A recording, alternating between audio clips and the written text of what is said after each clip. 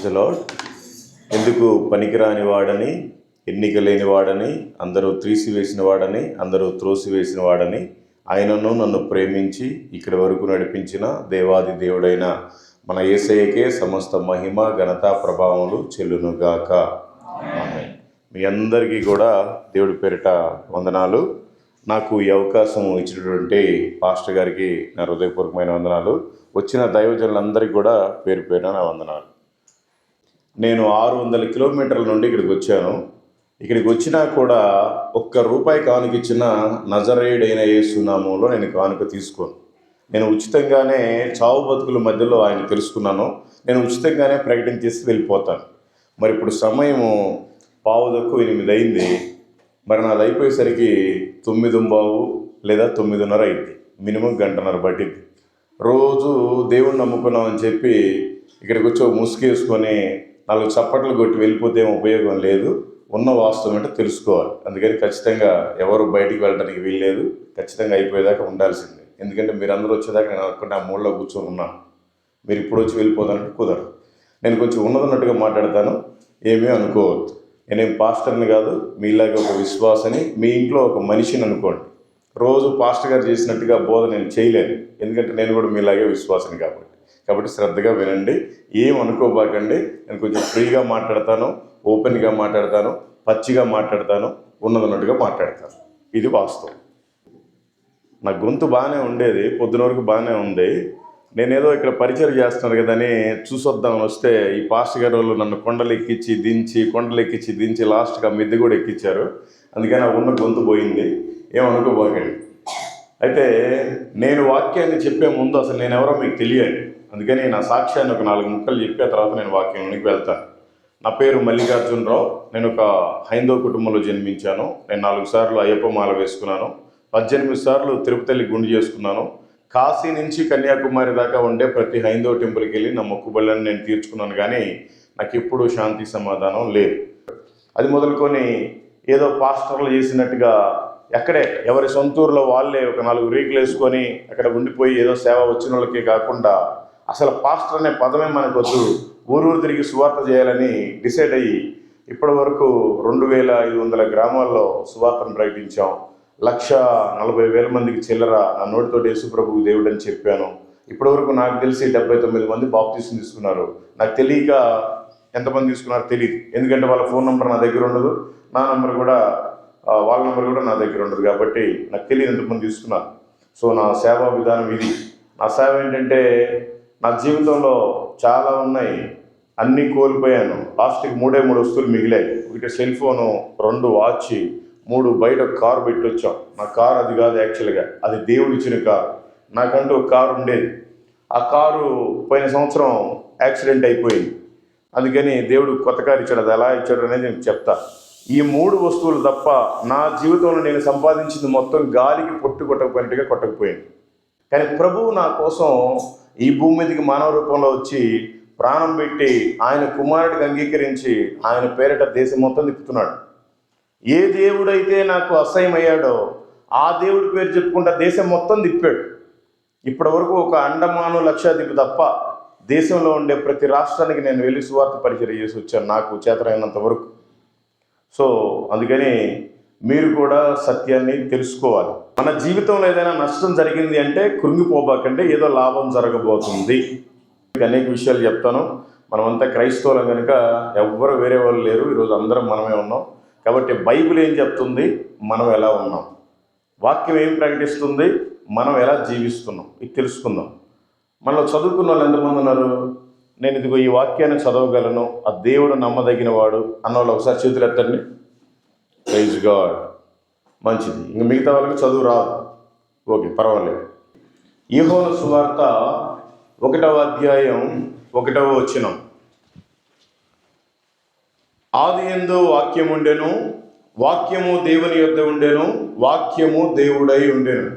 ఏమనుకోబాకండి, నేను కొంచెం ఎక్కువ వచనాలు చెప్తాను.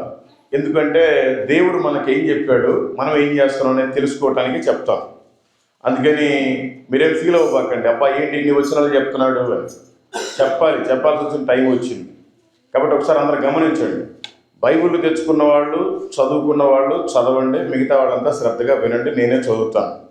ఆది యందు వాక్యం ఉండెను, వాక్యము దేవుని యొద్ద ఉండెను, వాక్యమే దేవుడై ఉండెను. మనకి దేవుడు ఎవరు? వాక్యమే దేవుడు. మరి నేను ఆ వాక్యాన్ని ఇప్పటి వరకు ఈ బైబిల్ని పూర్తిగా చదివాను అన్నవాళ్ళు ఒకసారి మీరు చేతులు ఎత్తండి. పాస్టర్లు ఎవరు ఎత్తొద్దులేండి, మిగతా వాడు నేను ఈ బైబిల్ని పూర్తిగా చదివాను అన్నవాళ్ళు ఒకసారి చేతులు ఎత్తండి. ఒక్కరు లేరు. మీకు అసలు సిగ్గుందా? మీరు అసలు క్రైస్తవులేనా? దేనికి వస్తున్నారు చర్చికి? ఏదో టైం పాస్కి వస్తున్నారా? మీరు వాక్యాన్ని చదవకుండా అసలు మిమ్మల్ని చర్చికి ఎవరు రమ్మని చెప్పారు? దేనికి వస్తున్నారు? నామకార్థంలో ఉంటున్నారా?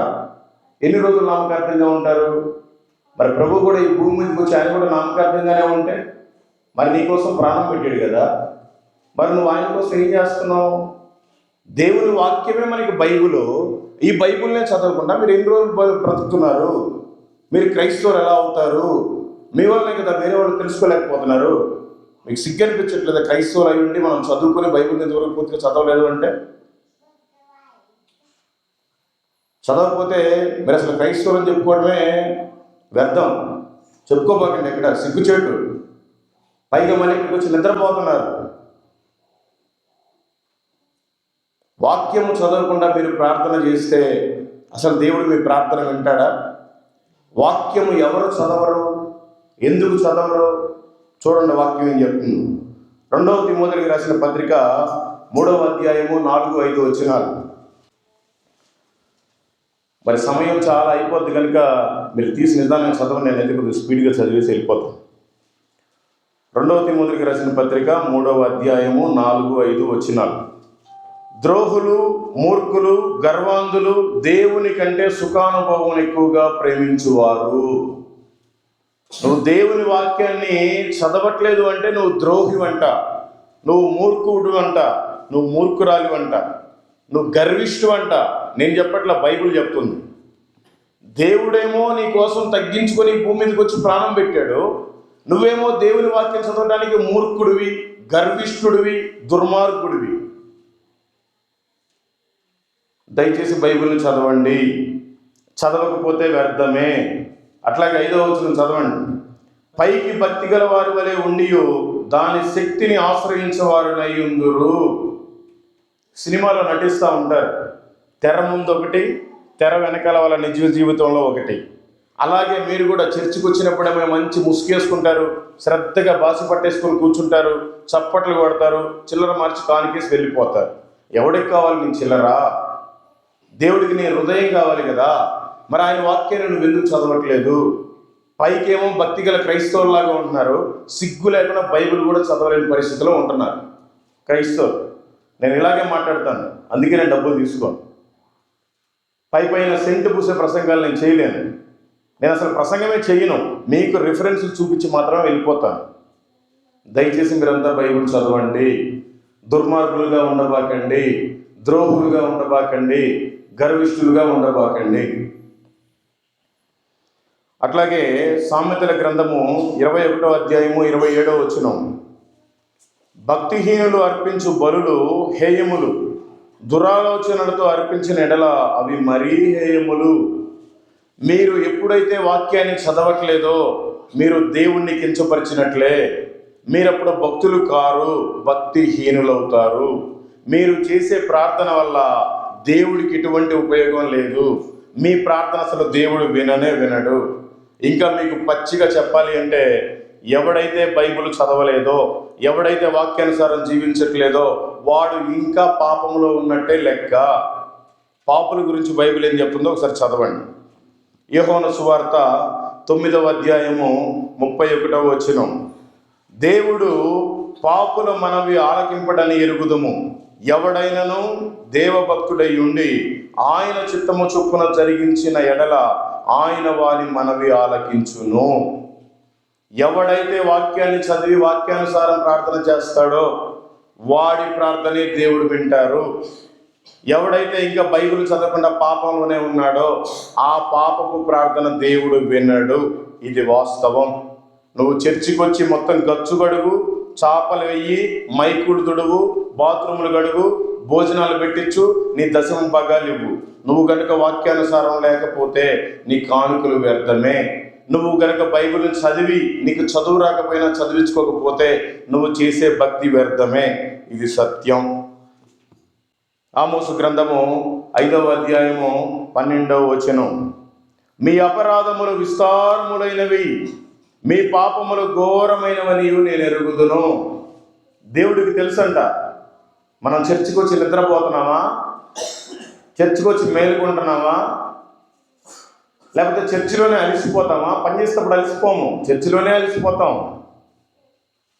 దేవుని వాక్యాన్ని చదవకుండా మన ఇష్టానుసారం బ్రతుకుతూ ఉంటాం.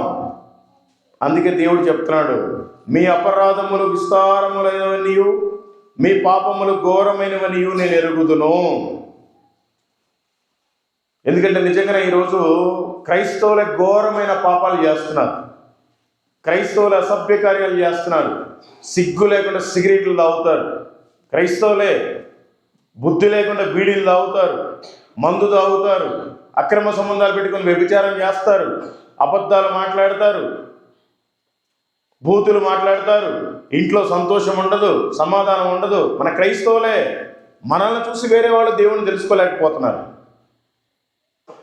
ఈ ప్రాంతానికి, అరకు, ఈ పాడేరు ప్రాంతానికి ఎన్నో సంవత్సరాలుగా ఎంతోమంది మిషనరీలు వచ్చి దెబ్బలు తిని కూడా సువార్తను ప్రకటించారు. ఈ రోజున అందరూ చర్చిలో ఎందుకు లేరు, అందరూ బయటే మిగిలిపోయారు అంటే మనం సరిగ్గా ఉండట్లేదు, మన క్రియలు సరిగ్గా లేవు, మన మాటలు సరిగ్గా లేవు, మన ప్రవర్తన సరిగ్గా లేదు. అందుకనే వేరే వాళ్ళు దేవుని తెలుసుకోలేకపోతున్నారు. దానివల్ల దేవుడు నిన్ను శిక్షించబోతున్నాడేమో తెలుసుకో. 1 కొరింథీయులకు రాసిన పత్రిక 6వ అధ్యాయము 19-20 వచనాలు. మీ దేహము దేవుని వలన మీకు అనుగ్రహింపబడి మీలోనున్న పరిశుద్ధాత్మకు ఆలయమై ఉన్నదని మీరు ఎరుగరా? మీరు మీ సొత్తు కారు, విలువ పెట్టి కొనబడిన వారు గనుక మీ దేహముతో దేవుని మహిమపరచుడి.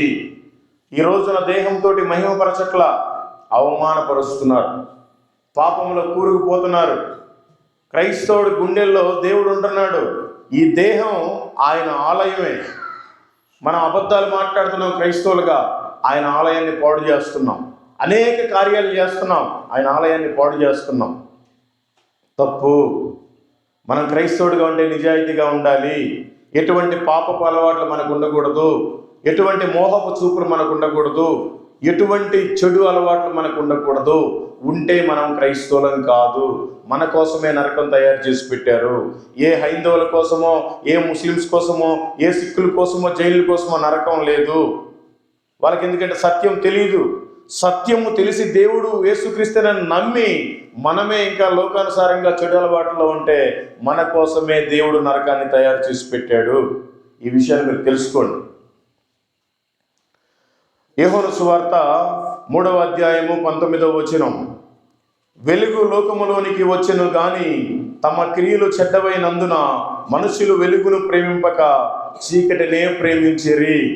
యేసు ప్రభు వారు ఈ లోకం మీదకి వచ్చి మన కోసమే ఆయన దెబ్బలు తిన్నాడు, ఆయన కొట్టించుకున్నాడు, ఆయన తిట్టించుకున్నాడు, ఉమ్మించుకున్నాడు, రోడ్ల మీద ఈడ్చబడ్డాడు, చివరికి ప్రాణమే పెట్టాడు.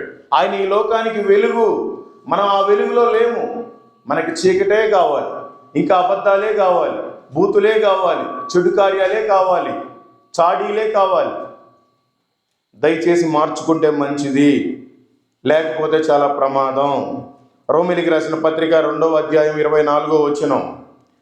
రాయబడిన ప్రకారం మిమ్మల్ని బట్టియే కదా దేవుని నామము అన్ని జనుల మధ్యన దూషింపబడుచున్నది. వాక్యంలో ముందే రాపిచ్చారు దేవుడు. మనం క్రైస్తవులని చెప్పుకుంటున్నాం, మనల్ని బట్టే అన్ని జనుల మధ్యలో దేవుడి నామానికి అవమానం కలుగుతుందంట, దేవుడి నామాన్ని దూషిస్తున్నారంట. మనము సరిగ్గా ఉంటే వాళ్ళు ఎందుకు దూషిస్తారు? దేవుడు ఈ చెంప మీద కొడితే ఈ చెంప చూపించమని చెప్పారు. మనం ఎందుకు ఎదుటి వాళ్ళతో సమాధానంగా ఉండలేకపోతున్నాం? ఎదుటి వారిని మనం ఎందుకు ప్రేమించలేకపోతున్నాం? ఎదుటి వారికి దేవుని ప్రేమతో ఎందుకు మాట్లాడలేకపోతున్నాం? మాట్లాడలేకపోతే మనమంతా దేవుని సంతతి కాదు, సాతానుగాడి సంతతి. పేరుకే క్రైస్తవులం కానీ క్రియలన్నీ కూడా సాతానుగాడియే ఫాలో అవుతున్నాం. అది చాలా తప్పు. నరకానికే ఆ మార్గం తీసుకెళ్తుంది. 2 పేతురు 2వ అధ్యాయం 2వ వచనం. మరియు అనేకులు వారి పోకిరి శాస్త్రాలను అనుసరించి నడుతురు, వీరిని బట్టి సత్య మార్గము దూషింపబడును. మనం పేరుకే దేవుణ్ణి నమ్ముకున్నాం, మారు మనసు పొందాం, బాప్తిసం తీసుకున్నామా మరి తీసుకున్నదో తెలీదు. మన పిల్లలు ఎలా ఉన్నారు? పోకిరి శాస్త్రాలు చేస్తున్నారు. వాళ్ళ కటింగులు ఎలా ఉన్నాయి, వాళ్ళ బట్టలు ఎలా ఉన్నాయి, ఒంటి నిండా బైబిల్ గ్రంథం ఏమో పచ్చబొట్లు వేసుకోదంటే ఒంటి నిండా పచ్చబొట్లు వేసుకుంటారు. దేవుడు అమ్మాయిల్ని అబ్బాయిల్ని సపరేట్గా పుట్టిస్తే అమ్మాయిలాగా వీళ్ళు కూడా కమ్మలు పుట్టించుకుంటారు. ఆ పోకిరి శాస్త్రాలు చేయకూడదు, అది మంచి పద్ధతి కాదు. మనము సరిగ్గా ఉండాలి, మన కుటుంబ సభ్యులను కూడా మనం సరిగ్గా ఉంచుకోవాలి. లేని రోజున మన ప్రయాణం నరకమే. ఇర్మీయా గ్రంథము 3వ అధ్యాయము 22వ వచనం. భ్రష్టులైన బిడ్డలారా తిరిగి రండి, మీ అవిశ్వాసమును నేను బాగు చేసేదను. ఇప్పటికైనా చేశారు, భ్రష్టు పట్టిపోయారు. ఇప్పటికి కూడా దేవుడు చివరికి అవకాశం ఇస్తున్నాడు. భ్రష్టులైన బిడ్డలారా అంటున్నాడు ఆయన. భ్రష్టులైన బిడ్డలారా తిరిగి రండి, మీ అవిశ్వాసమును నేను బాగు చేసేదను. మరి బాగయ్యారా మీరంతా? ఇప్పుడు చెప్పేవన్నీ మీకు కాదులే, ఎవరికో బయట క్రైస్తవులకి. మీరంతా చాలా మంచోళ్ళు. మరి మీరంతా ఇప్పుడు మంచిగానే ఉన్నారా? మీ మంచి అంటే ఇప్పుడు చూద్దాం. మార్కు సువార్త 16వ అధ్యాయము 16వ వచనం.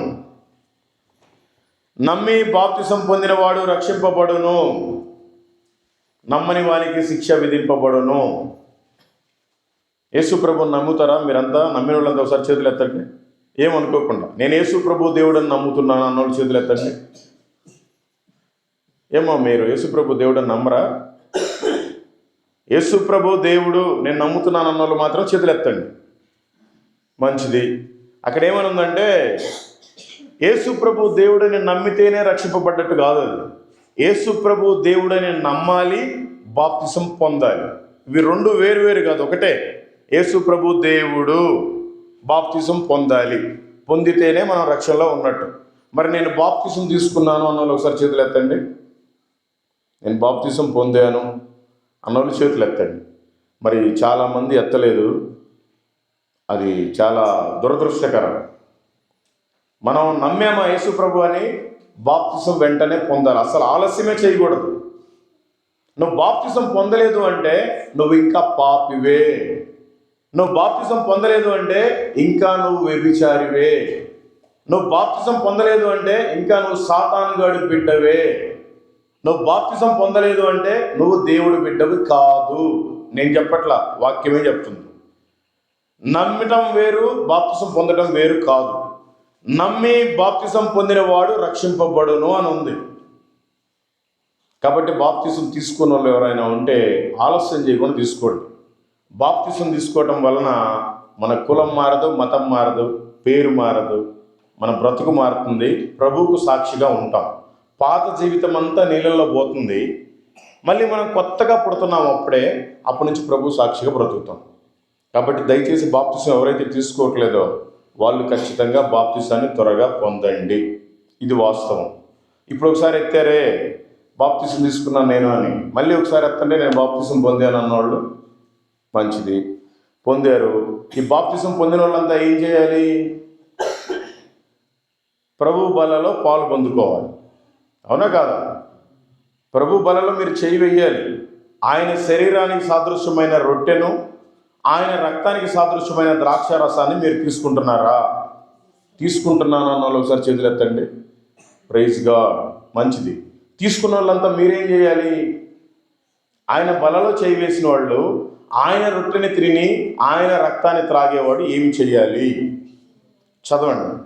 1 కొరింథీయులకు రాసిన పత్రిక 11వ అధ్యాయము 26వ వచనం. మీరు ఈ రొట్టెని తిని ఈ పాత్రలోనిది త్రాగినప్పుడెల్లా ప్రభువు వచ్చే వరకు ఆయన మరణమును ప్రచురించుదురు. అర్థమైందంటే ఆయన రొట్టెను తిని ఆయన రక్తానికి సాదృశ్యమైన ద్రాక్షారసాన్ని మనం త్రాగినప్పుడు ఆయన మరణాన్ని మనం ప్రకటించాలంట. నేను ఆయన మరణాన్ని ప్రకటిస్తున్నాను అనగా సువార్త ప్రకటిస్తున్నాను అన్నోళ్ళు ఒకసారి చేతులు ఎత్తండి. Praise God. పాస్టర్లు ఎత్తారు. మీరంతా క్రైస్తవులని చెప్పుకోవటానికి సిగ్గుండాలి. మీరు ఇంకా పాపులే. నేను చెప్పట్లా, వాక్యం చెప్తుంది. అందరూ ఒకసారి చదవండి. మొదటి దినవృత్తాంతములు 16వ అధ్యాయము 23వ వచనం. సర్వభూజనులారా, యెహోవాను సన్నుతించుడి, అనుదినము ఆయన రక్షణను ప్రకటించుడి. ఇదేందయ్యా నువ్వు భలే చెప్తావు. మేము పొద్దున్న లేస్తే కొండలు ఎక్కాలి, కట్టెలు తెచ్చుకోవాలి, మా పంటలు మేము పండించుకోవాలి, కూలోనాలు చేసుకోవాలి, తినాలి, మేమెందుకు సువార్తను ప్రకటిస్తాం అనుకుంటున్నారా మీరు? అక్కడ ఏమని ఉందంటే, పాస్టర్లారా మీరు వెళ్ళిపోయి సువార్తను ప్రకటించండి, సంఘ పెద్దలారా మీరు వెళ్ళిపోయి సువార్తను ప్రకటించండి, మగవాళ్ళలారా మీరు వెళ్ళి సువార్తను ప్రకటించండి, ఆడవాళ్ళలారా మీరు వెళ్ళి సువార్తను ప్రకటించదని లేదు. సర్వభూజనులారా యెహోవాను సన్నుతించుడి, అనుదినము ఆయన రక్షణ సువార్తను ప్రకటించుడి అని ఉంది. ఎప్పుడో ఒకసారి పోయి సువార్త చేయడం కాదు, అనుదినము చేయాలి అంట. మరి మీరు చేస్తున్నారా? చేయకపోతే మీరంతా పాపులే. అందుకే మీ జీవితంలో ఇంకా అప్పులు, అందుకే మీ జీవితంలో ఇంకా అనారోగ్యాలు, అందుకే మీ ఇంట్లో సమాధానం లేదు, అందుకే నువ్వు అనుకున్న రీచ్ నువ్వు అవ్వలేకపోతున్నావు. ఇది వాస్తవం. ఇదేంటయా, నేను ఒక అన్యుడి కుటుంబంలో ఉండేవాళ్ళం, మేము కొత్తగా దేవుడిని తెలుసుకున్నాం, నమ్ముకున్నాం, మా పనులు మేము చేసుకుంటున్నాం, మంచిగా మందిరానికి వస్తున్నాం, పాటలు పాడుతున్నాం, అవసరమైతే వాక్యానుసారం బ్రతుకుతున్నాం, ఎవరు లేకపోతే అన్నీ మేమే చూసుకుంటున్నాం, మేమేమీ ఎవరిని తిట్టట్లేదు, దూషించట్లేదు, ఎవరి సొమ్ము తినట్లేదు, మోసం చేయట్లేదు, వ్యభిచారం చేయట్లేదు, సిగరెట్లు తాగట్లేదు, మందు తాగట్లేదు, నేను నిజాయితీగా ఉంటున్నాను, అయినా కూడా నువ్వు పాపివే అని అనుకుంటున్నారేమో మీరంతా. అవును, నిజంగానే మీరంతా పాపులు. ఎందుకంటే నేను చెప్పట్ల, వాక్యం చెప్తుంది. అందరూ చదవండి. యాకోబు పత్రిక 2వ అధ్యాయం 10వ వచనం. ఎవడైనను ధర్మశాస్త్రం అంతయు గైకొనియు ఒక్క ఆజ్ఞ విషయంలో తప్పిపోయిన ఎడల ఆజ్ఞలన్నిటి విషయంలో అపరాధి అగును. మీరు నమ్మారు, బాప్తిసం పొందారు, బల్లా తీసుకున్నారు, ఆయన సువార్తను ప్రకటించకపోతే ఈ తీసుకున్నవన్నీ కూడా వేస్టే. నువ్వు యేసు ప్రభువు అని నమ్మటం కూడా వ్యర్థమే, నువ్వు బాప్తిసం పొంది కూడా వ్యర్థమే, నువ్వు ఆయన బలలో చేయి వేయటం కూడా వ్యర్థమే. నువ్వు అసలు క్రైస్తవురాలోనే చెప్పుకోబాకండి. ఇది వాస్తవం. బైబిల్ గ్రంథం అదే చెప్తుంది. ఎవడైనాను ధర్మశాస్త్రం అంతయు పాటించి ఒక్క ఆజ్ఞ విషయంలో తప్పిపోయినడలా అవి మొత్తం కూడా పోయినట్టే. నువ్వు నమ్మావు, అది పనికిరాదు. నువ్వు బాప్తిసం పొందావు, అది పనికిరాదు. నువ్వు బలా తీసుకుంటున్నావు, అది పనికిరాదు. నువ్వు ఎప్పుడైతే సువార్తను కూడా ప్రకటిస్తావో అప్పుడే దానికి వాల్యూ. ఇది సత్యం. పాస్టర్లకు నచ్చినా నచ్చకపోయినా నాకు అవసరం లేదు, మీకు నచ్చితే చాలు. కాబట్టి తెలుసుకోండి, మీరు ఎవరైతే ఉన్నారో యేసు ప్రభు దేవుడని నమ్ముతున్నారో, మీరు నమ్మిన వాళ్ళంతా ఖచ్చితంగా బాప్తిసం పొందండి. ఎవరైతే బాప్తిసం పొందారో క్రమం తప్పకుండా మీ పాస్టర్ గారు ఇచ్చినప్పుడల్లా మీరు బలలో చేయి వేయండి. ఎవరైతే బలలో చేయి వేస్తున్నారో ఖచ్చితంగా మీరు సువార్తను ప్రకటించాలి. సువార్తను ప్రకటించమంటే నాలా వదిలేసి దేశం మీద తిరగమని కాదు. మీరు చేసే పనిలో కూడా మీ పక్కన కూలి వారితో మీరు చెప్పవచ్చు. మీరు చేసే మీ పక్కన ఉండే వాళ్ళతో ప్రతిరోజు చెప్పండి. పొద్దున లేచిన దగ్గర నుంచి సాయంత్రం పడుకునే వరకు మీకైతే ఏమో కానీ మగవాళ్ళకి చాలామంది మాట్లాడుతూ ఉంటారు. టీ తాగినా, టిఫిన్ చేసినా, పెట్రోల్ బంక్కి వెళ్ళినా, ఇంకో చోటకి వెళ్ళినా, ఎక్కడ ప్రయాణం చేస్తున్నా, బస్సులోనో ఆటోలోనో ఎక్కడో, యేసు ప్రభు మంచి దేవుడు, నేను ఒకప్పుడు పాపిని, దేవుడు నన్ను రక్షించాడు, నేను ఆయన నమ్ముకున్నాను, దయచేసి మీరు కూడా తెలుసుకోండి, చనిపోయిన తర్వాత భయంకరమైన నరకం ఉంది, దాంట్లో నుంచి తప్పించడానికి యేసు ప్రభు వారు ఈ భూమి మీదకి వచ్చారు అని ఒక 2 మాటలు చెప్పండి. మీరంతా చాలా మంచోళ్ళు కదా. నేనే ఇప్పటివరకు దేశం మొత్తం తిరిగి 1,40,000 మందికి చెప్పాను, మీలో ఎవరు తాగుబోతులు కాదు, మీలో ఎవరు వ్యభిచారులు కాదు, మీలో ఎవరు దొంగలు కాదు, మీలో ఎవరు హింసలు పెట్టేవాళ్ళు కాదు. మరి మీరు ఎందుకు చెప్పలేకపోతున్నారు? చెప్పకపోతే మీరంతా క్రైస్తవులు కాదు. ఇది వాస్తవం. ప్రకటన గ్రంథము 3వ అధ్యాయము 16వ వచనం. నీవు వెచ్చగానైనను చల్లగానైనను ఉండక నులివెచ్చగా ఉన్నావు గనుక నేను నిన్ను నా నోట నుండి ఉమ్మివేయను ఉద్దేశించుచున్నాను. డైరెక్ట్గా ప్రభువే చెప్తున్నాడు. నువ్వు అటు లోకంలో లేవు, ఇటు క్రైస్తవులని బలంగా లేవు, నువ్వు వెచ్చగా లేవు, చల్లగా లేవు, నులివెచ్చగా ఉన్నావు. నీ వల్ల ఎటువంటి ఉపయోగం లేదు. నువ్వు ఉంటే అసలు యేసు ప్రభు నమ్ముకోబాకు, వదిలేసి. లేదు నమ్ముకున్నావా, మంచిగా ఉండు. వదిలేసేయంటే వదిలేసేయమని కాదు, నువ్వు నమ్ముకున్నా సైలెంట్గా ఉంటే వ్యర్థమే. క్రియలు ఉండాలి, క్రియలు లేకపోతే వ్యర్థమే. అందుకే నీవు వెచ్చగానైనా చల్లగానైనా ఉండక నులివెచ్చగా ఉన్నావు గనుక నిన్ను నా నోట నుండి ఉమ్మివేయని ఉద్దేశిస్తున్నాను. మనం ఎప్పుడు వస్తాం? మనకు బాగా లోపల గిల్టీ ఫీలింగ్ కలిగి ఏదైనా బ్యాడ్ స్మెల్ వచ్చి లేకపోతే ఏదైనా గల్ల వస్తేనే వస్తాం. అంత దరిద్రం అయితే అది మనకు వద్దు అనుకుంటే వస్తాం. ప్రభువు కూడా ఒకవేళ నిన్ను ఉమ్మివేయని ఉద్దేశించున్నాడేమో తెలుసుకో. నువ్వు పైకి వేషధారణకే ఉన్నావు, క్రైస్తవురాలిగా. దేవుడికి నచ్చే విధంగా ఉండాలి. ఆయన కనుక నువ్వు నచ్చకపోతే నిన్ను ఉమ్మేస్తాడు. ఇది వాస్తవం. 1 కొరింథీయులకు రాసిన పత్రిక 4వ అధ్యాయము 21వ వచనం.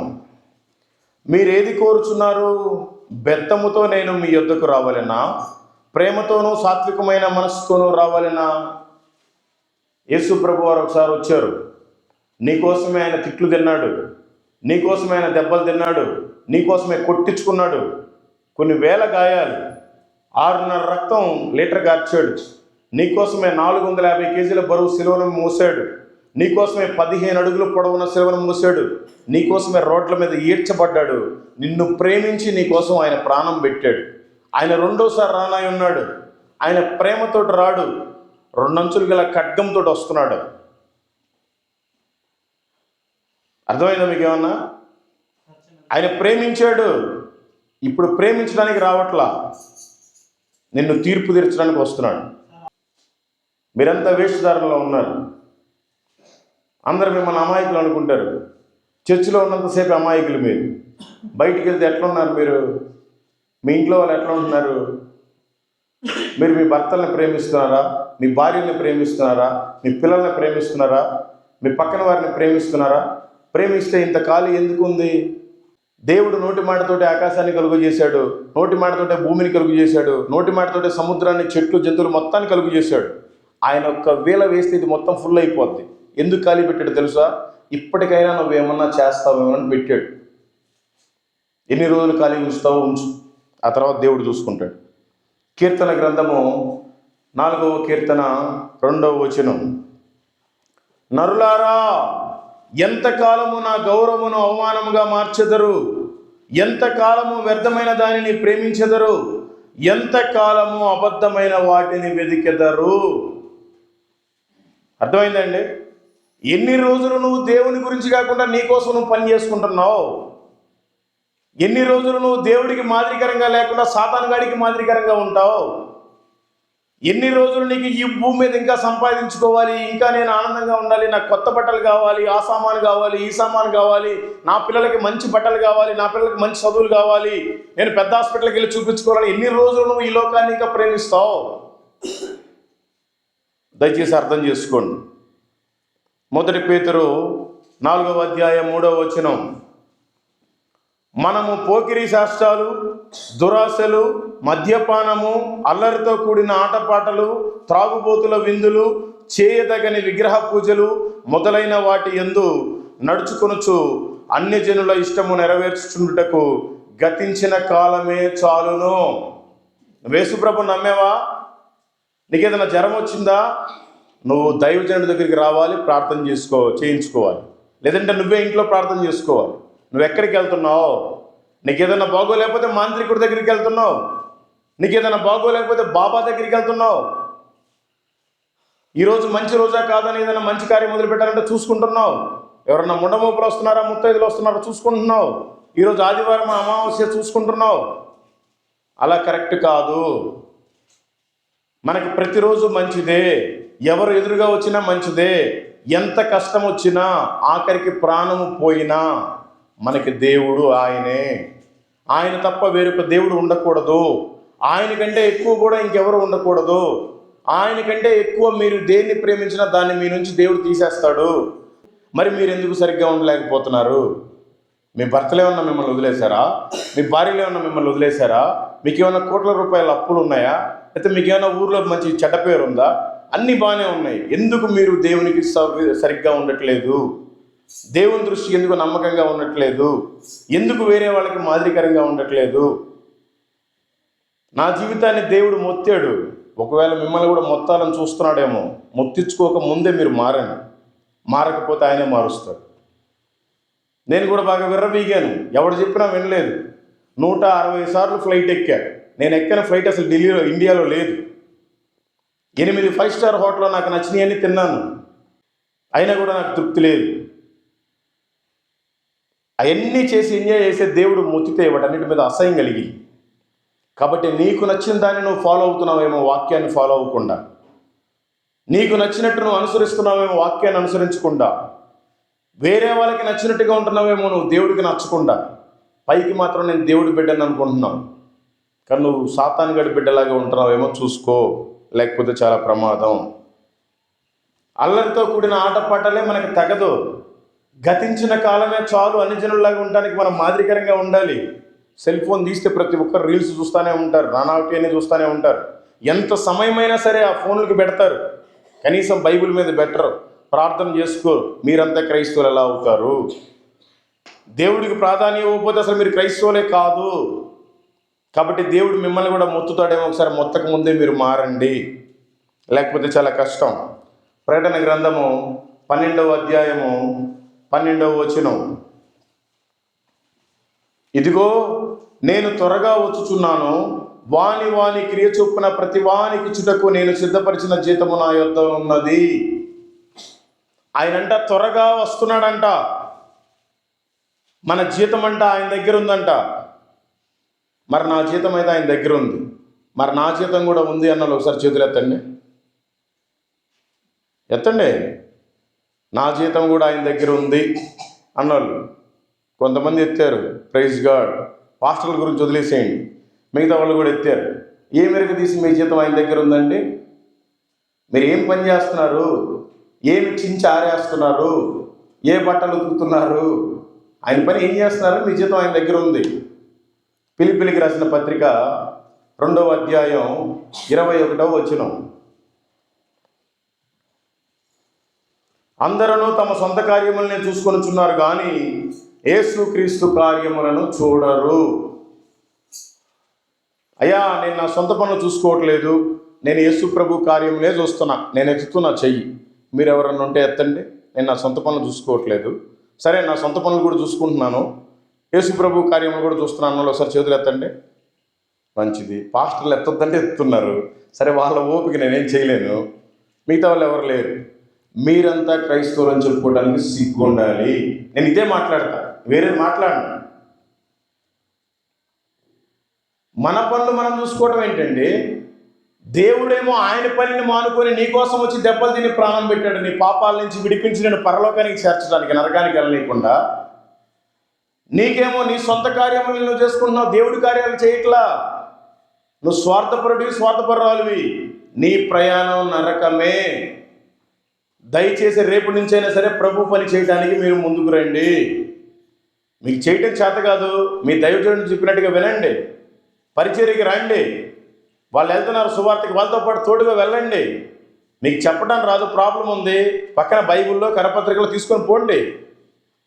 మీరు దేవుని పని చేయడానికి ఒక్క అడుగు ముందుకేస్తే ఆయన 1000 పనులు చేస్తాడు. మీరు దేవుడి పని చేయడానికి వెనక్కున్నారు కనుకనే మీ బ్రతుకులు ఇంకా వెనకనే ఉన్నాయి. ఇది వాస్తవం. దేవుడి పని అంటే ఏం చేయాలి? ఏం చేయాలో ఇక్కడ ఉంది. మత్తయి సువార్త 22వ అధ్యాయం 39వ వచనం, నిన్ను వలె నీ పొరుగు వారిని ప్రేమింపవలెను. మనల్ని ఎవడన్నా ఒక దెబ్బ కొడితే మనకి ఎంత నొప్పి ఉంటుందో, ఎదుటి వాళ్ళతోటి మాట్లాడేటప్పుడు కూడా అంతే నొప్పి ఉంటుందని మనం మాట్లాడాలి. మనకి ఎవడన్నా ఒక మంచి రెస్పెక్ట్ ఇచ్చి మర్యాదతోటి మాట్లాడితే ఎంత హ్యాపీగా ఫీల్ అవుతామో, మనం కూడా ఎదుటి వారితో అలాగే మాట్లాడాలి. ఎందుకు మనం వారిని నిన్ను వలె నీ పొరుగు వారిని ప్రేమించినట్టుగా ప్రేమించాలి? ఎందుకు ప్రేమించాలో ఇక్కడ ఉంది. యూదా పత్రిక 1వ అధ్యాయం 23వ వచనం, అగ్నిలో నుండి లాగినట్టు కొందరిని లాగి రక్షించుడి. ప్రేమతోటి మాట్లాడితే మన ఇంటి పక్కన వాళ్ళు, మన ఇంటి ఎదురుంగా వాళ్ళు, మనకి తెలిసిన వాళ్ళు ప్రభువుని నమ్ముకుంటారు. ఓహో, క్రైస్తవులు అంటే ఇలా ఉంటారా, వీళ్ళు మాదిరికరంగా ఉంటారా, ఇంత ప్రేమిస్తారా, వాళ్ళు ఎప్పుడు అబద్ధాలు మాట్లాడరు, వాళ్ళు ఎప్పుడు బూతులు మాట్లాడరు, వాళ్ళు ఎప్పుడు మందు తాగరు, వాళ్ళు ఎప్పుడు బీడీ సిగరెట్లు తాగరు, వాళ్ళు ఎవరిని మోసం చెయ్యరు, వామ్మో క్రైస్తవులు అంటే ఇలా ఉంటారు అని అనిపించుకోవాలి మనం వాళ్ళతోటి. మన జీవితం అలా ఉండాలి. అప్పుడు మనం వారిని అగ్నిలో నుంచి లాగినట్టుగా కొంతమందిని లాగవచ్చు. ఎందుకు మనమే వారిని అగ్నిలో నుంచి లాగాలి? చాలామంది ఉన్నారుగా ఈ ప్రపంచంలో. దానికి కూడా ప్రభు రాసిపెట్టే ఉన్నాడు. మత్తయి సువార్త 9వ అధ్యాయం 37వ వచనం. కోత విస్తారమే కానీ పనివారు కొద్దిగా ఉన్నారు. మీ చుట్టూ ఈ మిరియాల చెట్లు ఎన్ని ఉన్నాయో, ఎన్ని తోటలు ఉన్నాయో, ఎవ్వరూ రాకుండా ఉంటే ఇప్పుడు మనమే ఉన్నాం. పోయి కొయ్యాలా లేదా? కొయ్యకపోతే పాడైపోతాయిగా. అట్లాగే ఈ ప్రపంచంలో 800 కోట్ల పైబడి జనాభా ఉన్నారు. కానీ దేవుడు నమ్ముకోవడానికి సాక్షిగా కొద్దిమందే ఉన్నారు. ఆయన పని మనమే చెయ్యాలి. కోత అనేది దేవుని పని. పనివారు మనమే దేవుడి పిల్లలం. మనం వెళ్ళి మన పని మనం చేసుకోవాలి. మన పని కూడా మనం చేసుకోకపోతే మనకి పరలోకంలో వారసత్వం లేదు. అసలు పరలోకానికి మనం పాల్పంపులు పొందాం, నరకానికే పాత్రలం అవుతాం. కోత విస్తారంగా ఉంది, పనివారి మనమే కొద్దిమందిమే ఉన్నాం. ఇక్కడ ఊరు పక్కనే ఉంది, ఆ ఊరు ఉంది, ఇంకొక ఊరు ఉంది. వాళ్ళందరికీ తెలియదు నిజమైన దేవుడు యేసుక్రీస్తు అని. మనమే చెప్పాలి. చెప్పలేకపోతే వాళ్ళంతా చనిపోయి నరకానికి వెళ్ళిపోతున్నారు. మనం కొయ్యకపోతే కోత ఇవన్నీ ఎట్లా రాలిపోతున్నాయి, మిరియాలు, ఆ కాఫీ కాయలన్నీ, అట్లాగే ఆత్మలు కూడా అన్ని నరకానికి వెళ్ళిపోతున్నాయి. ఆ రైతుకి ఎంతైతే నష్టం వస్తుందో దేవుడు కూడా అదే నష్టం వస్తుంది. దేవుడు వారి కోసం కూడా ప్రాణం పెట్టాడు. కేవలం మీరు యేసుప్రభు దేవుడని మీరు వారికి సువార్త చెప్పకపోవడం వల్ల వారు చనిపోయి నరకానికి వెళ్ళిపోతున్నారు. దీనికి మీరు లెక్క చెప్పాలి. మనమంతా ఆయన పనివారిగా ఉండాలి. ఏ కాఫీ తోటలోనో కూలి పనులకు కాదు, ఏ మిరియాల తోటలోనో, ఏ కొండలకి కట్టెలు దాటానికో, ఏ కూలి పని పోవడానికో, మన ఉద్యోగాలు మనం చేసుకోవడానికో, మన వ్యాపారాలు మనం చేసుకోవడానికో కాదు. ఆయన పనివారిగా మనం ఉండాలి. లేకపోతే మనం క్రైస్తవులని చెప్పుకోవడం వ్యర్థమే. ఎందుకు ఆయన పనివారిగా ఉండాలి? మార్కు సువార్త 16వ అధ్యాయము 15వ వచనం. మరియు మీరు సర్వలోకమునకు వెళ్ళి సర్వ సృష్టికి సువార్తని ప్రకటించుడి. ఎందుకు సువార్తను ప్రకటించాలి? ఎందుకు సువార్తను ప్రకటించాలండి? సువార్త ప్రకటించకపోతే ఎవరికి తెలియదా యేసుప్రభు దేవుడని? తెలియదు. ఆ రోజు నాకు ప్రకటించకపోతే నాకు యేసుప్రభు దేవుడని తెలియదు, నేను సూసైడ్ చేసుకుని చచ్చిపోయేవాడిని. మీరు కూడా ఈ రోజున సువార్త ప్రకటించట్లేదు అంటే ఎంతమంది చనిపోతున్నారో. ఎంతోమంది యాక్సిడెంట్ల ద్వారా చనిపోతున్నారు. ఎంతోమంది హాస్పిటల్కి వెళ్తే మళ్ళీ తిరిగి రావట్లేదు. ఎంతోమంది ఎన్నో రకాలుగా చనిపోతున్నారు. వాళ్ళు కేవలం రక్షణ లేకపోవటం వలనే నరకానికి వెళ్ళిపోతున్నారు. చనిపోయే వాళ్ళ నమ్మి బాప్తిసం తీసుకున్న వాళ్ళు ఉంటే పర్వాలేదు, వాళ్ళు పరలోకానికి వెళ్తారు. వాళ్ళు కూడా చనిపోవటమే. కానీ పాపులంతా నరకానికి వెళ్ళిపోతున్నారు. దానికి కారణం మనమే. ఎందుకు సువార్త మనం ప్రకటించాలి? బైబిల్లో క్లియర్గా ఉంది. మార్కు సువార్త 1వ అధ్యాయం 15వ వచనం. కాలము సంపూర్ణమై ఉన్నది, దేవుని రాజ్యం సమీపించి ఉన్నది, మారు మనస్సు పొంది సువార్త నమ్ముడని చెప్పుచు అనేక మంది భారతదేశానికి వచ్చెను. కానీ వారిని మనవారే పొడిచి కాల్చి చంపివేసెను. మరి బైబిల్లో ఇదే ఉంది. మరి మీ బైబిల్లో ఉందో లేదో నాకు తెలియదు. అనేక మంది మిషనరీలు వచ్చారు. ఎందుకు? కాలము సంపూర్ణమై ఉన్నది, దేవుని రాజ్యం సమీపించింది అని అనేక మంది వచ్చారు. వాళ్ళు రావటం, మన వాళ్ళు చంపటం, వాళ్ళు రావటం, మన వాళ్ళు చంపటం, వాళ్ళు రావటం, మన వాళ్ళు చంపటం, ఇదే సరిపోయింది. యేసుప్రభు వారికి 12 మంది శిష్యులు ఉంటారు. వాళ్ళల్లో ఒకరైన తోమా గారు, ఆయనే ఫస్ట్ మన భారతదేశానికి కేరళ ప్రాంతానికి వచ్చాడు. ఆయనే మనకు సువార్తను తీసుకొచ్చింది. ఏ అమెరికా వాడో బ్రిటిష్ వాడో మనకు సువార్తను తేలా. యేసుప్రభు వారు చనిపోయిన కొద్ది సంవత్సరాలకే వచ్చాడు ఆయన. AD 52, ఇప్పుడు 2025, 2052లోనే ఆయన వచ్చాడు. దగ్గర 1980 సంవత్సరాల క్రితమే మనకు సువార్తను తీసుకొని వచ్చాడు. ఆయన ఒక చోట మందిరం కట్టాడు, ఇంకో చోటకి వెళ్ళాడు. అక్కడ మందిరం కట్టాడు, ఇంకో చోటకి వెళ్ళాడు, ఇంకో చోటకి వెళ్ళాడు. ఇట్లాగా మొత్తం చెప్పాలంటే చాలా పట్టింది టైం, మీకు అంతా ఓపిక ఉండదు. నేను అన్నీ వెళ్ళొచ్చాను ఆయన మందిరాలకు. ఆయన ఎలాంటి ప్లేస్లో మందిరం కట్టాడు?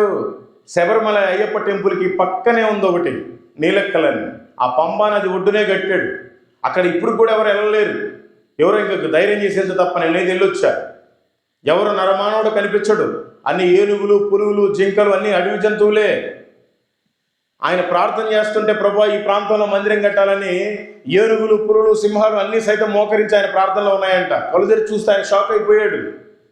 ఆయన మందిరం కడుతుంటే ఎవరు మనుషులు సాయం చేయలా. ఏనుగులేమో ముద్దులని తీసుకొని వచ్చే తొండంతో, ఈ పులులు, సింహాలేమో తాట పీకి ఆయనకి ఇచ్చాయి. అలా మందిరం కట్టాడు ఆయన. ఇప్పటికి మందిరం ఉంది, మీరు వెళ్ళి చూడొచ్చు. లేదంటే గూగుల్లో కొట్టంటే నీలెక్కల చర్చ్ అని వస్తుంది. అట్లా కట్టిన తర్వాత చెన్నై ప్రాంతం నుంచి కొంతమంది వెళ్ళారు. అయ్యా మీరు దేవుడు శిష్యుడు అంట కదా, మా దగ్గరికి కూడా రండి అయ్యా, మా ప్రాంతానికి వచ్చి సువార్తను చెప్పమని పడవెక్కించుకొని చెన్నై తీసుకెళ్తే యేసు ప్రభువును నమ్మేవాళ్ళు, యేసు ప్రభు శిష్యులు అందరూ కూడా యేసు ప్రభు ఎలా అయితే బ్రతికాడో వీళ్ళు కూడా అలాగే బ్రతుకుతారు. యేసు ప్రభు ఏం చేసేవాడు? పొద్దున్నే లేవంగానే కొండకెళ్ళి ప్రార్థన చేసేవాడు. తోమా గారు కూడా పొద్దున్నే లేవంగానే కొండకెళ్ళి ప్రార్థన చేస్తూ ఉన్నాడు. వెనకాలనే వచ్చాడు తమిళ బ్రాహ్మణు, బల్లెం తీసుకొని పొడి చంపేశాడు. అక్కడి నుంచి ఒరిస్సా ప్రాంతానికి వెళ్తే మనోహర్పూర్ అనే గ్రామంలో గ్రహం స్టెయిన్స్ పాపం ఆస్ట్రేలియా నుంచి వచ్చాడు. 3 పిల్లలు, పెద్ద పాప, 2 చిన్నపిల్లలు. కుష్టి వ్యాధులకి హాస్పిటల్ పెట్టాడు. కుష్టి వ్యాధులందరిని బాగు చేస్తున్నాడు ఆ ఏరియాలో. ప్రభు దర్శనంలోకి వచ్చి నువ్వు ఆస్ట్రేలియా నుంచి ఎందుకు వచ్చావు? గ్రహం స్టెయిన్స్, నువ్వు ఆత్మలకు కదా బాగు చేయాలి, గాయాలు కట్టేవాడిని నేను కదా, నేను బాగు చేస్తాను, వెళ్ళి సువార్త ప్రకటించమంటే 2 పిల్లలను తీసుకెళ్ళి ఆ కొండల్లో, ఆ లోయల్లో సేమ్ ఇట్లే ఉంటుంది, ఇంకా ఇంతకంటే దారుణంగా ఉంటుంది. నేను వెళ్ళొచ్చాను. సువార్త ప్రకటిస్తే కొన్ని నెలలు చేస్తే మనలాగే ఒక 23 మంది కూడుకున్నారు. వాళ్ళ కోసం స్పెషల్ మీటింగ్స్ 3 రోజులు పెట్టుకున్నారు. ఒకరోజు అయిపోయింది, ఆడే పడుకున్నారు.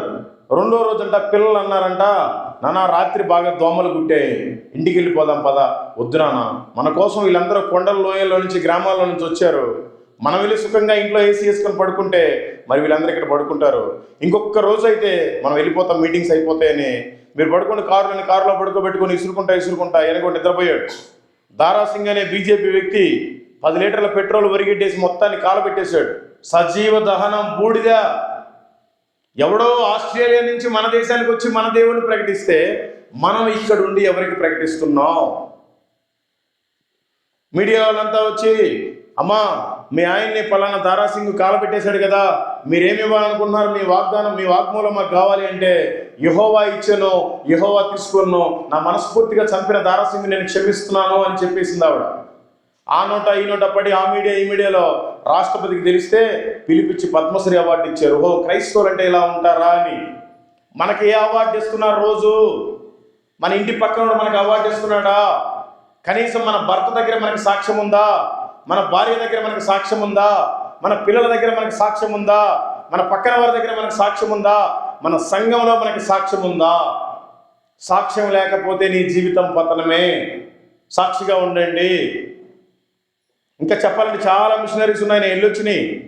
మీరు చదివినా చదవకపోయినా మీ చేతిలో ఈ బైబిల్ ఉందంటే విలియం కేరీ, కలకత్తాలో ఆ నది పక్కనే ఉంటుంది, సిరంపూర్ అని. 14 భాషలు ఓనుగా నేర్చుకున్నాడు. ఆ తర్వాత వాళ్ళ టీంలో వాళ్ళంతా ఇంకా మిగతా భాషలు కూడా నేర్చుకున్నారు. 44 భాషల్లో బైబిల్ని తర్జుమా చేయాలని ఆయన స్టార్ట్ చేశాడు. సగం చేశాడు, భార్య చనిపోయింది. మళ్ళీ ఇంకొంచెం చేశాడు, మిషన్ కాలిపోయింది, మొత్తం అదంతా చేసిన ముద్రంతా కాలిపోయింది. మళ్ళీ పూర్తి చేశాడు, పిల్లలు కూడా చనిపోయారు. మరి వాళ్ళు మాదిరికరం, మనం ఎవరికి మాదిరికరం? ప్రాణాలు అర్పించారు. ఇక్కడ మీకు ఇంకా ఏం ప్రాబ్లం లేదు. సువార్త పత్రికలు ఇస్తే ఇక్కడేం మిమ్మల్ని ఎవరేం అనరు. మహా అంటే ఎవడో ఊరికి ఒకడు ఉంటాడే, వద్దు ఇక్కడ వెళ్ళిపోండి అంటాడు. నార్త్ ఇండియాలో యేసు ప్రభు దేవుడు అని ఒక కరపత్రిక ఇస్తే ఇమ్మీడియట్గా అరెస్ట్, నాన్ బెయిలబుల్ వారెంట్. వాళ్ళకి అసలు బెయిలే లేదు. 7 సంవత్సరాలు జైలు శిక్ష, 10 లక్షల జరిమానా. 100 మందిని జైల్లో వేశారు. బయటికి తీసుకొచ్చిన రోజు నేను వెళ్ళాను, వాళ్ళతో మీటింగ్ పెట్టి బలపరిచి వచ్చా. మనకి ఇంకా అలాంటి పరిస్థితులు లేవు. మరి మనం ఎందుకు దేవుని గురించి వేరే వాళ్ళకి చెప్పలేకపోతున్నాం? చెప్పలేకపోతే సిగ్గుచేటు, తెలుసుకోండి, లేకపోతే చాలా ప్రమాదం. నువ్వు సువార్త ప్రకటిస్తావా? ప్రకటించు. దొంగతనం చేస్తావా? చెయ్యి. మంచిగా ఏదో విశ్వాసలాగా ఉంటావా? ఉండు, నీ ఇష్టం, చాయిస్ నీది. కానీ దేవుడు ఏమంటున్నాడంటే, అందరూ చదవండి. ప్రకటన గ్రంథము 22వ అధ్యాయము 11వ వచనం 12వ వచనం. అన్యాయము చేయువాడు ఇంకను అన్యాయమే చేయనిమ్ము, అపవిత్రుడైన వాడు ఇంకను అపవిత్రుడుగానే ఉండనిమ్ము, నీతిమంతుని ఇంకను నీతిమంతునిగానే ఉండనిమ్ము, పరిశుద్ధుడు ఇంకను పరిశుద్ధుడుగానే ఉండనిమ్ము. ఇదిగో త్వరగా నేను వచ్చుచున్నాను, వాని వాని క్రియ చొప్పున ప్రతి వానికి ఇచ్చుటకు నా యొద్ద జీతం ఉన్నది. నువ్వేం చేస్తావో చెయ్యి, ఏం చేయకపోతావో చేయకపో, ప్రభు మాత్రం వస్తున్నాడు. నువ్వేం చేయకపోతే నిన్ను మొత్తటం ఖాయం, తెలుసుకోండి, లేకపోతే ప్రమాదం. మీరు సువార్త ప్రకటించకపోతే ఏం జరుగుతుంది చూడండి. మార్కు సువార్త 9వ అధ్యాయం 48వ వచనం. నరకమున వారి పురుగు చావదు, అగ్ని ఆరదు. వాళ్ళంతా నరకానికే వెళ్ళిపోతున్నారు. మీకు తెలుసు, ఇంకా లేట్ అయిపోతుంది చెప్తే. మీకు బైబిల్లో ధనవంతుడు తెలుసు, దరిద్రుడైన లాజరు తెలుసు. వీడికి తినడానికి త్రాగటానికి అన్నీ ఉన్నాయి, వీడికి తినడానికి కూడా తిండి లేదు.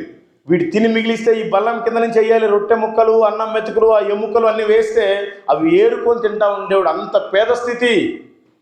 ఒళ్ళంతా పుండ్లు, కుక్కలు వచ్చి నాకుతూ ఉండేవి, ఒళ్ళంతా పురుగులు, ఈగలు, దోమలు. అయినా కూడా ఎప్పుడు సిగరెట్లు తాగలేదు, ఎప్పుడు మందు తాగలేదు, ఎప్పుడు అబద్ధాలు చెప్పలేదు, ఎప్పుడు మనలాగే మన పెత్తనాలు మనం చేసుకోలేదు. ఆయన నమ్మకంగా జీవించాడు. ఈ ధనవంతుడు ఇష్టానుసారం తిన్నాడు, ఇష్టానుసారం త్రాగాడు, ఇష్టానుసారం సుఖించాడు. కనీసం పక్కన వారికి కూడా యేసు ప్రభు దేవుడు నమ్మకమని చెప్పలా. ధనవంతుడు కూడా క్రైస్తవుడే, హిందువు కాదు. చనిపోయిన తర్వాత ఈ దరిద్రుడేమో అబ్రహాం రొమ్మును కొనిపోబడ్డాడు, ఈ ధనవంతుడేమో పాతాళానికి వెళ్ళిపోయి యాతన పడుతున్నాడు. అయ్యా తండ్రివైన అబ్రహామా, నేను ఈ నరకంలో, ఈ పాతాళంలో యాతన పడలేకపోతున్నాను తండ్రి, ఒకసారి ఆ దరిద్రుడిని పంపించు, నేను బ్రతుకుతాను అంటున్నాడు. కుదరదు, నువ్వు బ్రతికిన రోజులు ఇష్టానుసారం బ్రతికావు. కనీసం పక్కన వాడి కూడా నువ్వు సువార్త చెప్పలా. చర్చికి వచ్చి కూడా సిగ్గు లేకుండా నిద్రపోతున్నావు. నీ బ్రతుకు అక్కడే అంటున్నాడు ఆయన. అయ్యా సరేనయ్యా, నేనంటే ఎలాగో పోయాను, నాకు 5గురు సహోదరులు ఉన్నారు ప్రభా, తండ్రి వాళ్ళ దగ్గరికన్నా పంపించు ఒకసారి దరిద్రుడిని. కుదరదు. ఒక్కసారి చనిపోయిన తర్వాత ఏ మనిషి మళ్ళీ తిరిగి వెళ్ళడానికి కుదరదు. నువ్వు బ్రతికినప్పుడే నువ్వు పరిశుద్ధతలో ఉండాలి. నీ కుటుంబాన్ని కూడా నువ్వు రక్షించుకోవాలి. నీ పక్కన వారి, నీ బంధువుని, మిత్రులు కూడా రక్షణలో పెట్టుకోవాలి. లేదంటే ఎవరైనా పాతాళానికి వెళ్ళాల్సిందే. ఇది సత్యం. కాబట్టి మీరు కూడా సువార్తను ప్రకటించండి. సువార్తను ఎందుకు ప్రకటించాలి? మీరు తెల్లారు లేస్తే కొండలకు వెళ్ళిపోతున్నారు, కట్టెలు తీసుకొస్తున్నారు, మిరియాలు కోస్తున్నారు, కాఫీ పండ్లు కోస్తున్నారు, ఇంకే నానాగ పనులని చేసుకుంటున్నారు. అవన్నీ దేనికి? ఈ లోకంలో బ్రతికిన రోజులు తినడానికే కదా. నువ్వు చనిపోయిన రోజు నీ భర్త నీతో పాటు వస్తాడా? నీ భార్య నీతో పాటు వస్తుందా? నీ పిల్లలు నీతో పాటు వస్తారా? ఎవ్వరూ రారు, అన్నీ వదిలేసి వెళ్ళిపోవాలి. కానీ నీకు దేవుడు ఇక్కడే సంపాదించుకోమని చెప్పాడు. పరలోకంలో తినడానికి, ఇక్కడ తినడానికి కాదు. నువ్వు ఇక్కడ తినడానికి పాటు పడుతున్నావు. దేవుడు ఈ భూమి మీద ధనాన్ని సమకూర్చుకోవద్దు, పరలోకానికి సంబంధించిన ధనాన్ని సమకూర్చుకోమని చెప్తున్నాడు. మరి నేను ఇప్పటి వరకు 1,40,000 మందికి బాప్తిజం చెప్తే 79 మంది బాప్తిజం తీసుకున్నారు. మరి పరలోకపు అకౌంట్లో 79 కోట్లు ఉన్నాయి. మరి మీకు ఎన్ని ఉన్నాయి? మీ ఇంట్లో మిరియాలు ఉన్నాయా? మీ తోటలో కాఫీ పండ్లు ఉన్నాయా? మీకు 3 ఎకరాల భూమి ఉందా? ఈ గొందూరులో ఒక సందు ఉందా? మీకు ఏముంది? మీకు తెలుసుకోవాలి, లేకపోతే వ్యర్థమే. పగలంతా 10 గంటలు కష్టపడతావు, కనీసం మందిరంలో 1 గంట ఓపిక మెలకుగా ఉండలేవా? అంత నిద్ర వచ్చేస్తున్నా నీకు? మెలకుగా ఉండి ప్రార్థన చేయమని చెప్పాడు ప్రభు. ఏ సమయంలో ఆయన వచ్చి తీసుకొని వెళ్ళిపోతాడో తెలియదు. నువ్వు వాక్యం చెప్పేటప్పుడే నిద్రపోతున్నావు. నీ జీవితాన్ని ఏం మార్చుకుంటావు? మత్తయి సువార్త 6వ అధ్యాయం 19-20 వచనాలు. భూమి మీద మీ కొరకు ధనమును కూర్చుకొనవద్దు, ఇక్కడ చిమ్మిటయు తుప్పును తినివేయును, దొంగలు కణము వేసి దొంగిలిదరు. పరలోకమందు మీ కొరకు సమకూర్చుకొనుడి, అతడ చిమ్మిటైనను తుప్పైనను తినివేయదు, దొంగలు కణము వేసి దొంగిలరు. ఇక్కడ అడుక్కు తినేవాడు కూడా 3 పూట్ల తిండి తింటున్నాడు. కారులో తిరిగేవాడు కూడా 3 పూట్ల తిండి తింటున్నాడు. విమానంలో తిరిగేవాడు కూడా 3 పూట్ల తిండి తింటున్నాడు. పరలోకానికి వెళ్తే నీకు తిండి ఉందా? లేదు. దేవుడు ఇక్కడే నిన్ను సంపాదించుకోమని చెప్పాడు. పరలోకానికి సంబంధించింది. ఒకరికి ఒక పూట సువార్త చెప్తే నీకు ఒక పూట అక్కడ తిండి దొరికిద్ది. ఇక్కడే మనం ఎంతో కష్టాల్లో నష్టాల్లో బ్రతుకుతున్నాం. పరలోకానికి వెళ్ళినా కూడా ఇదే పేదరికం మనకెందుకు, ఇదే దరిద్రం మనకెందుకు? కాబట్టి ఇక్కడే భూమి మీద అవకాశం ఉన్నప్పుడే మనం సమకూర్చుకోవాలి పరలోకపు ధనాన్ని. సమకూర్చుకోకపోతే మీ ప్రయాణం అంతా నరకమే. ఎందుకంటే మీకు పరలోకంలో తిండి లేదు, కాబట్టి నరకంలో అయితే ఇంక తినే పని లేదు. నరకంలో కాలిపోతూ ఉండటమే. ఓ పక్క కాలిపోతూ ఉంటాం, మళ్ళీ శరీరం తయారవుతూ ఉంటుంది, మళ్ళీ కాలిపోతూ ఉంటాం, మళ్ళీ తయారవుతూ ఉంటుంది. అదే అగ్ని ఆరదు పురుగు చావదు అంటే. ఇక్కడంటే పొడిస్తే చంపేస్తా చచ్చిపోతాం, ఎవడన్నా కొడితే ఆగిపోవటం చచ్చిపోతాం, ఏదైనా యాక్సిడెంట్ అయితే చచ్చిపోతాం. అక్కడ చావు లేదు, ఇది సత్యం. కాబట్టి తెలుసుకోండి. మనకి ఈ గొందూరు గ్రామంలో స్థలం ఉందా, ఇల్లుందా, కొండ మీద పొలం ఉందా? ఇక్కడ కాదు. మనకి పరలోకంలో స్థలం కావాలి. పరలోకంలో స్థలం ఉంది, మీకు తెలుసా? నాకైతే స్థలం ఉంది. మీకు కూడా ఉంది అన్నోళ్ళు ఒకసారి చేతులు ఎత్తండి. మీకు అసలు తెలుసా ఉంది అన్నోళ్ళు? చాలామంది ఎత్తట్లేదు. నిజంగానే పరలోకంలో స్థలం ఉంది. రాబోయే కాలంలో ఈ మాటలు మీకు దొరకవు, అదంతే. ఒకవేళ ఈ రాత్రికి నువ్వు చచ్చిపోతే నీ ప్రయాణం ఏటు?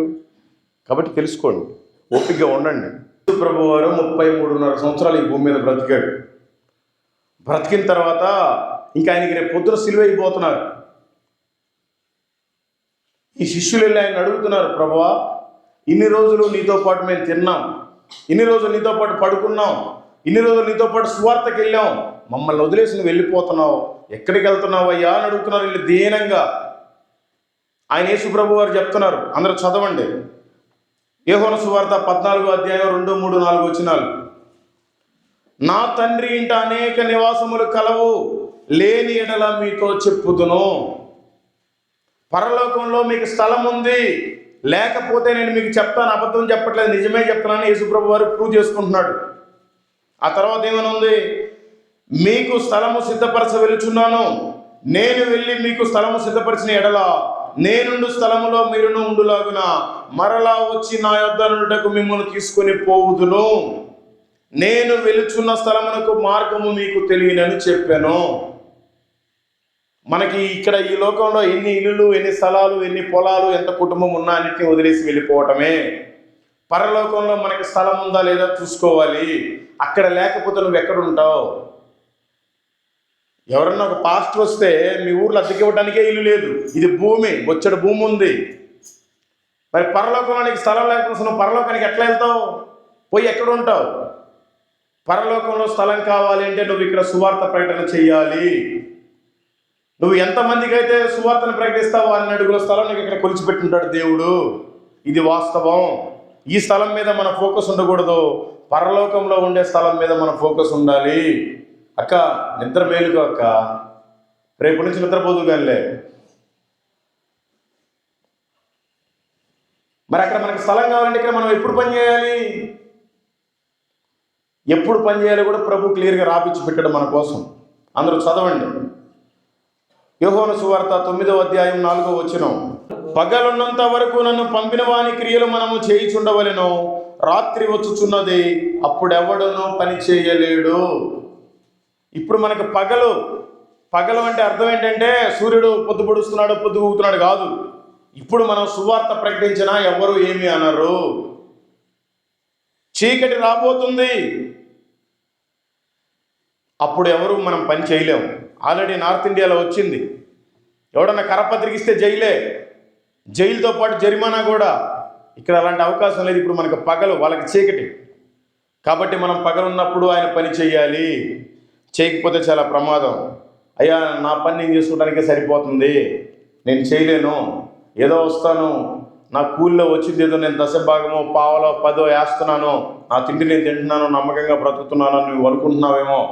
అలా చేసినా కూడా నీ ప్రయాణం నరకమే. నేను చెప్పట్లా, బైబిలే చెప్తుంది. చూడండి, మత్తయి సువార్త 3వ అధ్యాయం 10వ వచనం. ఇప్పుడే గొడ్డలి చెట్ల వేరున ఉంచబడి ఉన్నది గనుక మంచి ఫలము ఫలింపని ప్రతి చెట్టును నరకబడి అగ్నిలో వేయబడును. నా జీవితం ఒక చెట్టు, నా జీవితానికి ఒక గొడ్డలు పెట్టాడు. ప్రతి జీవితానికి ఉంటుంది ఒక గొడ్డలి. నా గొడ్డలికి ఫస్ట్ కాట ఏం వేసాడంటే బిజినెస్లన్నీ పోవాలి వేసాడు. మీ జీవితంలో కూడా గొడ్డలు పెట్టున్నాడేమో చూసుకోండి. దేవుని పని పగలున్నంత వరకు నువ్వు ఆయన పని చేయాలి. చెయ్యకపోతే నీకు గొడ్డలి పెట్టు తప్పదు. ఇది వాస్తవం. ఈ వాక్యాలు ఎవరి కోసమో రాయలేదు, మన క్రైస్తవుల కోసమే రాశారు, మన కోసమే రాపిచ్చాడు దేవుడు. కాబట్టి తెలుసుకోండి, ఇప్పుడే గొడ్డలి చెట్ల వేరున ఉంచబడి ఉన్నది కనుక మంచి ఫలము ఫలింపని ప్రతి చెట్టును నరకబడి అగ్నిలో వేయబడును. ఫలము అంటే మనము, మంచి ఫలము అంటే అనేక మందిని ఈ మార్గంలో నిలబెట్టం. ఇది చేయకపోతే గొడ్డలు పెట్టి వేస్తాడు, నరకంలో వేస్తాడు. ఇది ఖాయం, తెలుసుకోండి. పరలోకం అనేది మన భూమి ఉన్నంత విశాలంగా ఉండదు.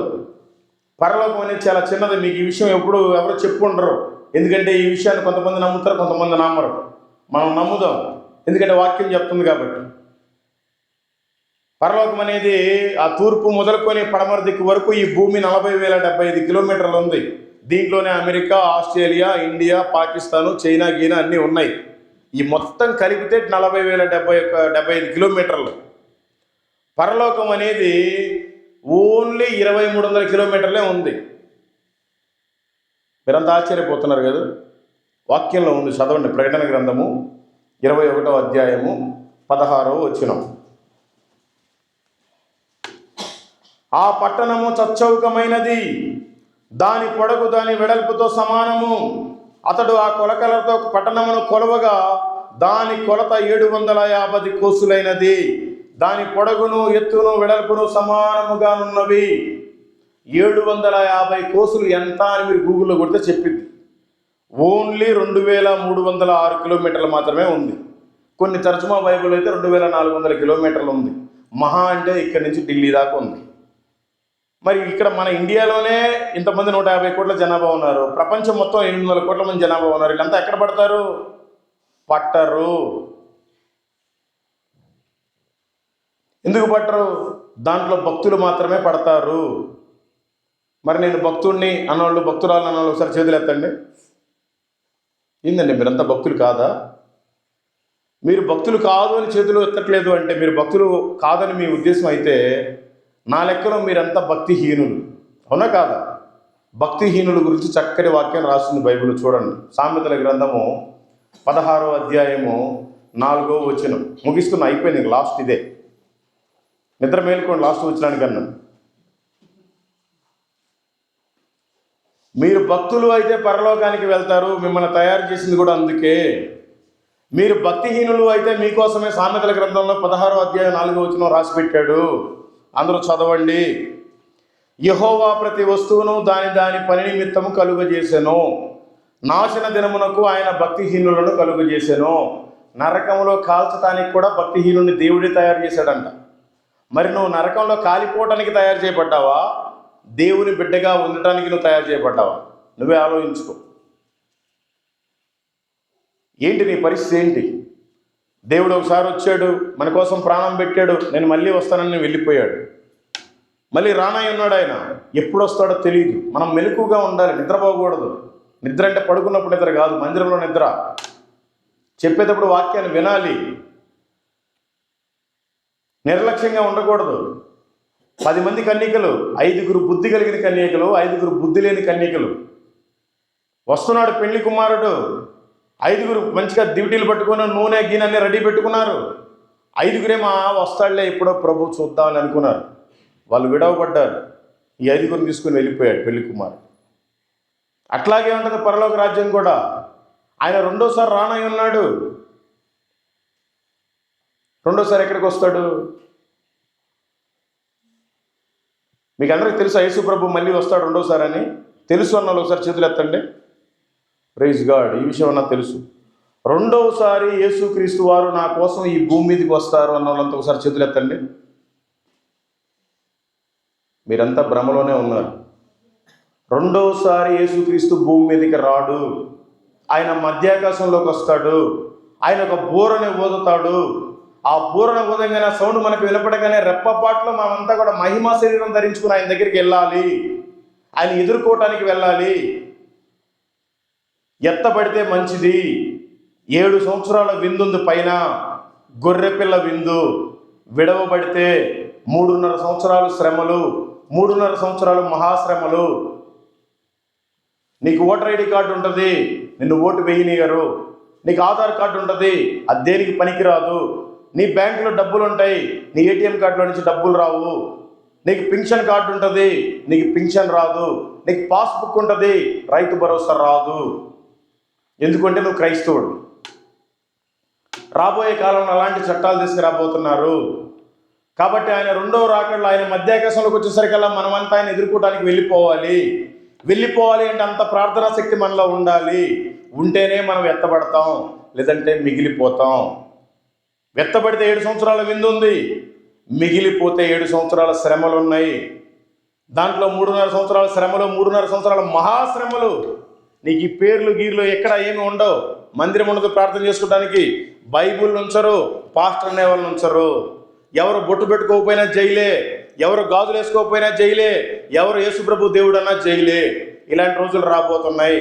మనకి శాంపిల్గా ఆల్రెడీ మన మణిపూర్లో జరిగింది. ఈ రోజున మోడీ తల్లి గారు చాలా పెద్ద ఆవిడ, ముసలావిడ. ఎవరు అన్నారంట నీ తల్లి అది ఇది అని. ఆయన అంటాడు దేశం మొత్తం మీరు స్ట్రైక్ చేయండి అంటున్నాడు మోడీ. మరి క్రైస్తవుల ఆడపిల్లల్ని మణిపూర్లో బొచ్చెడు మందిని రేప్ చేశారు, బట్టలు లేకుండా తిప్పారు, కాలబెట్టారు. మరి వాళ్ళందరినీ ఏమనాలి? వాళ్ళందరూ ఇన్ని రాష్ట్రాలను కాల్చేయాలి. కాబట్టి రాబోయే కాలంలో ఇంకా చాలా ఘోరంగా ఉంటుంది. మనం ప్రభు రాకడలో ఎత్తబడాలి అంటే నమ్మకంగా ఉండాలి. మరి 7 సంవత్సరాలు అయిపోయిన తర్వాత ఏం జరుగుద్ది?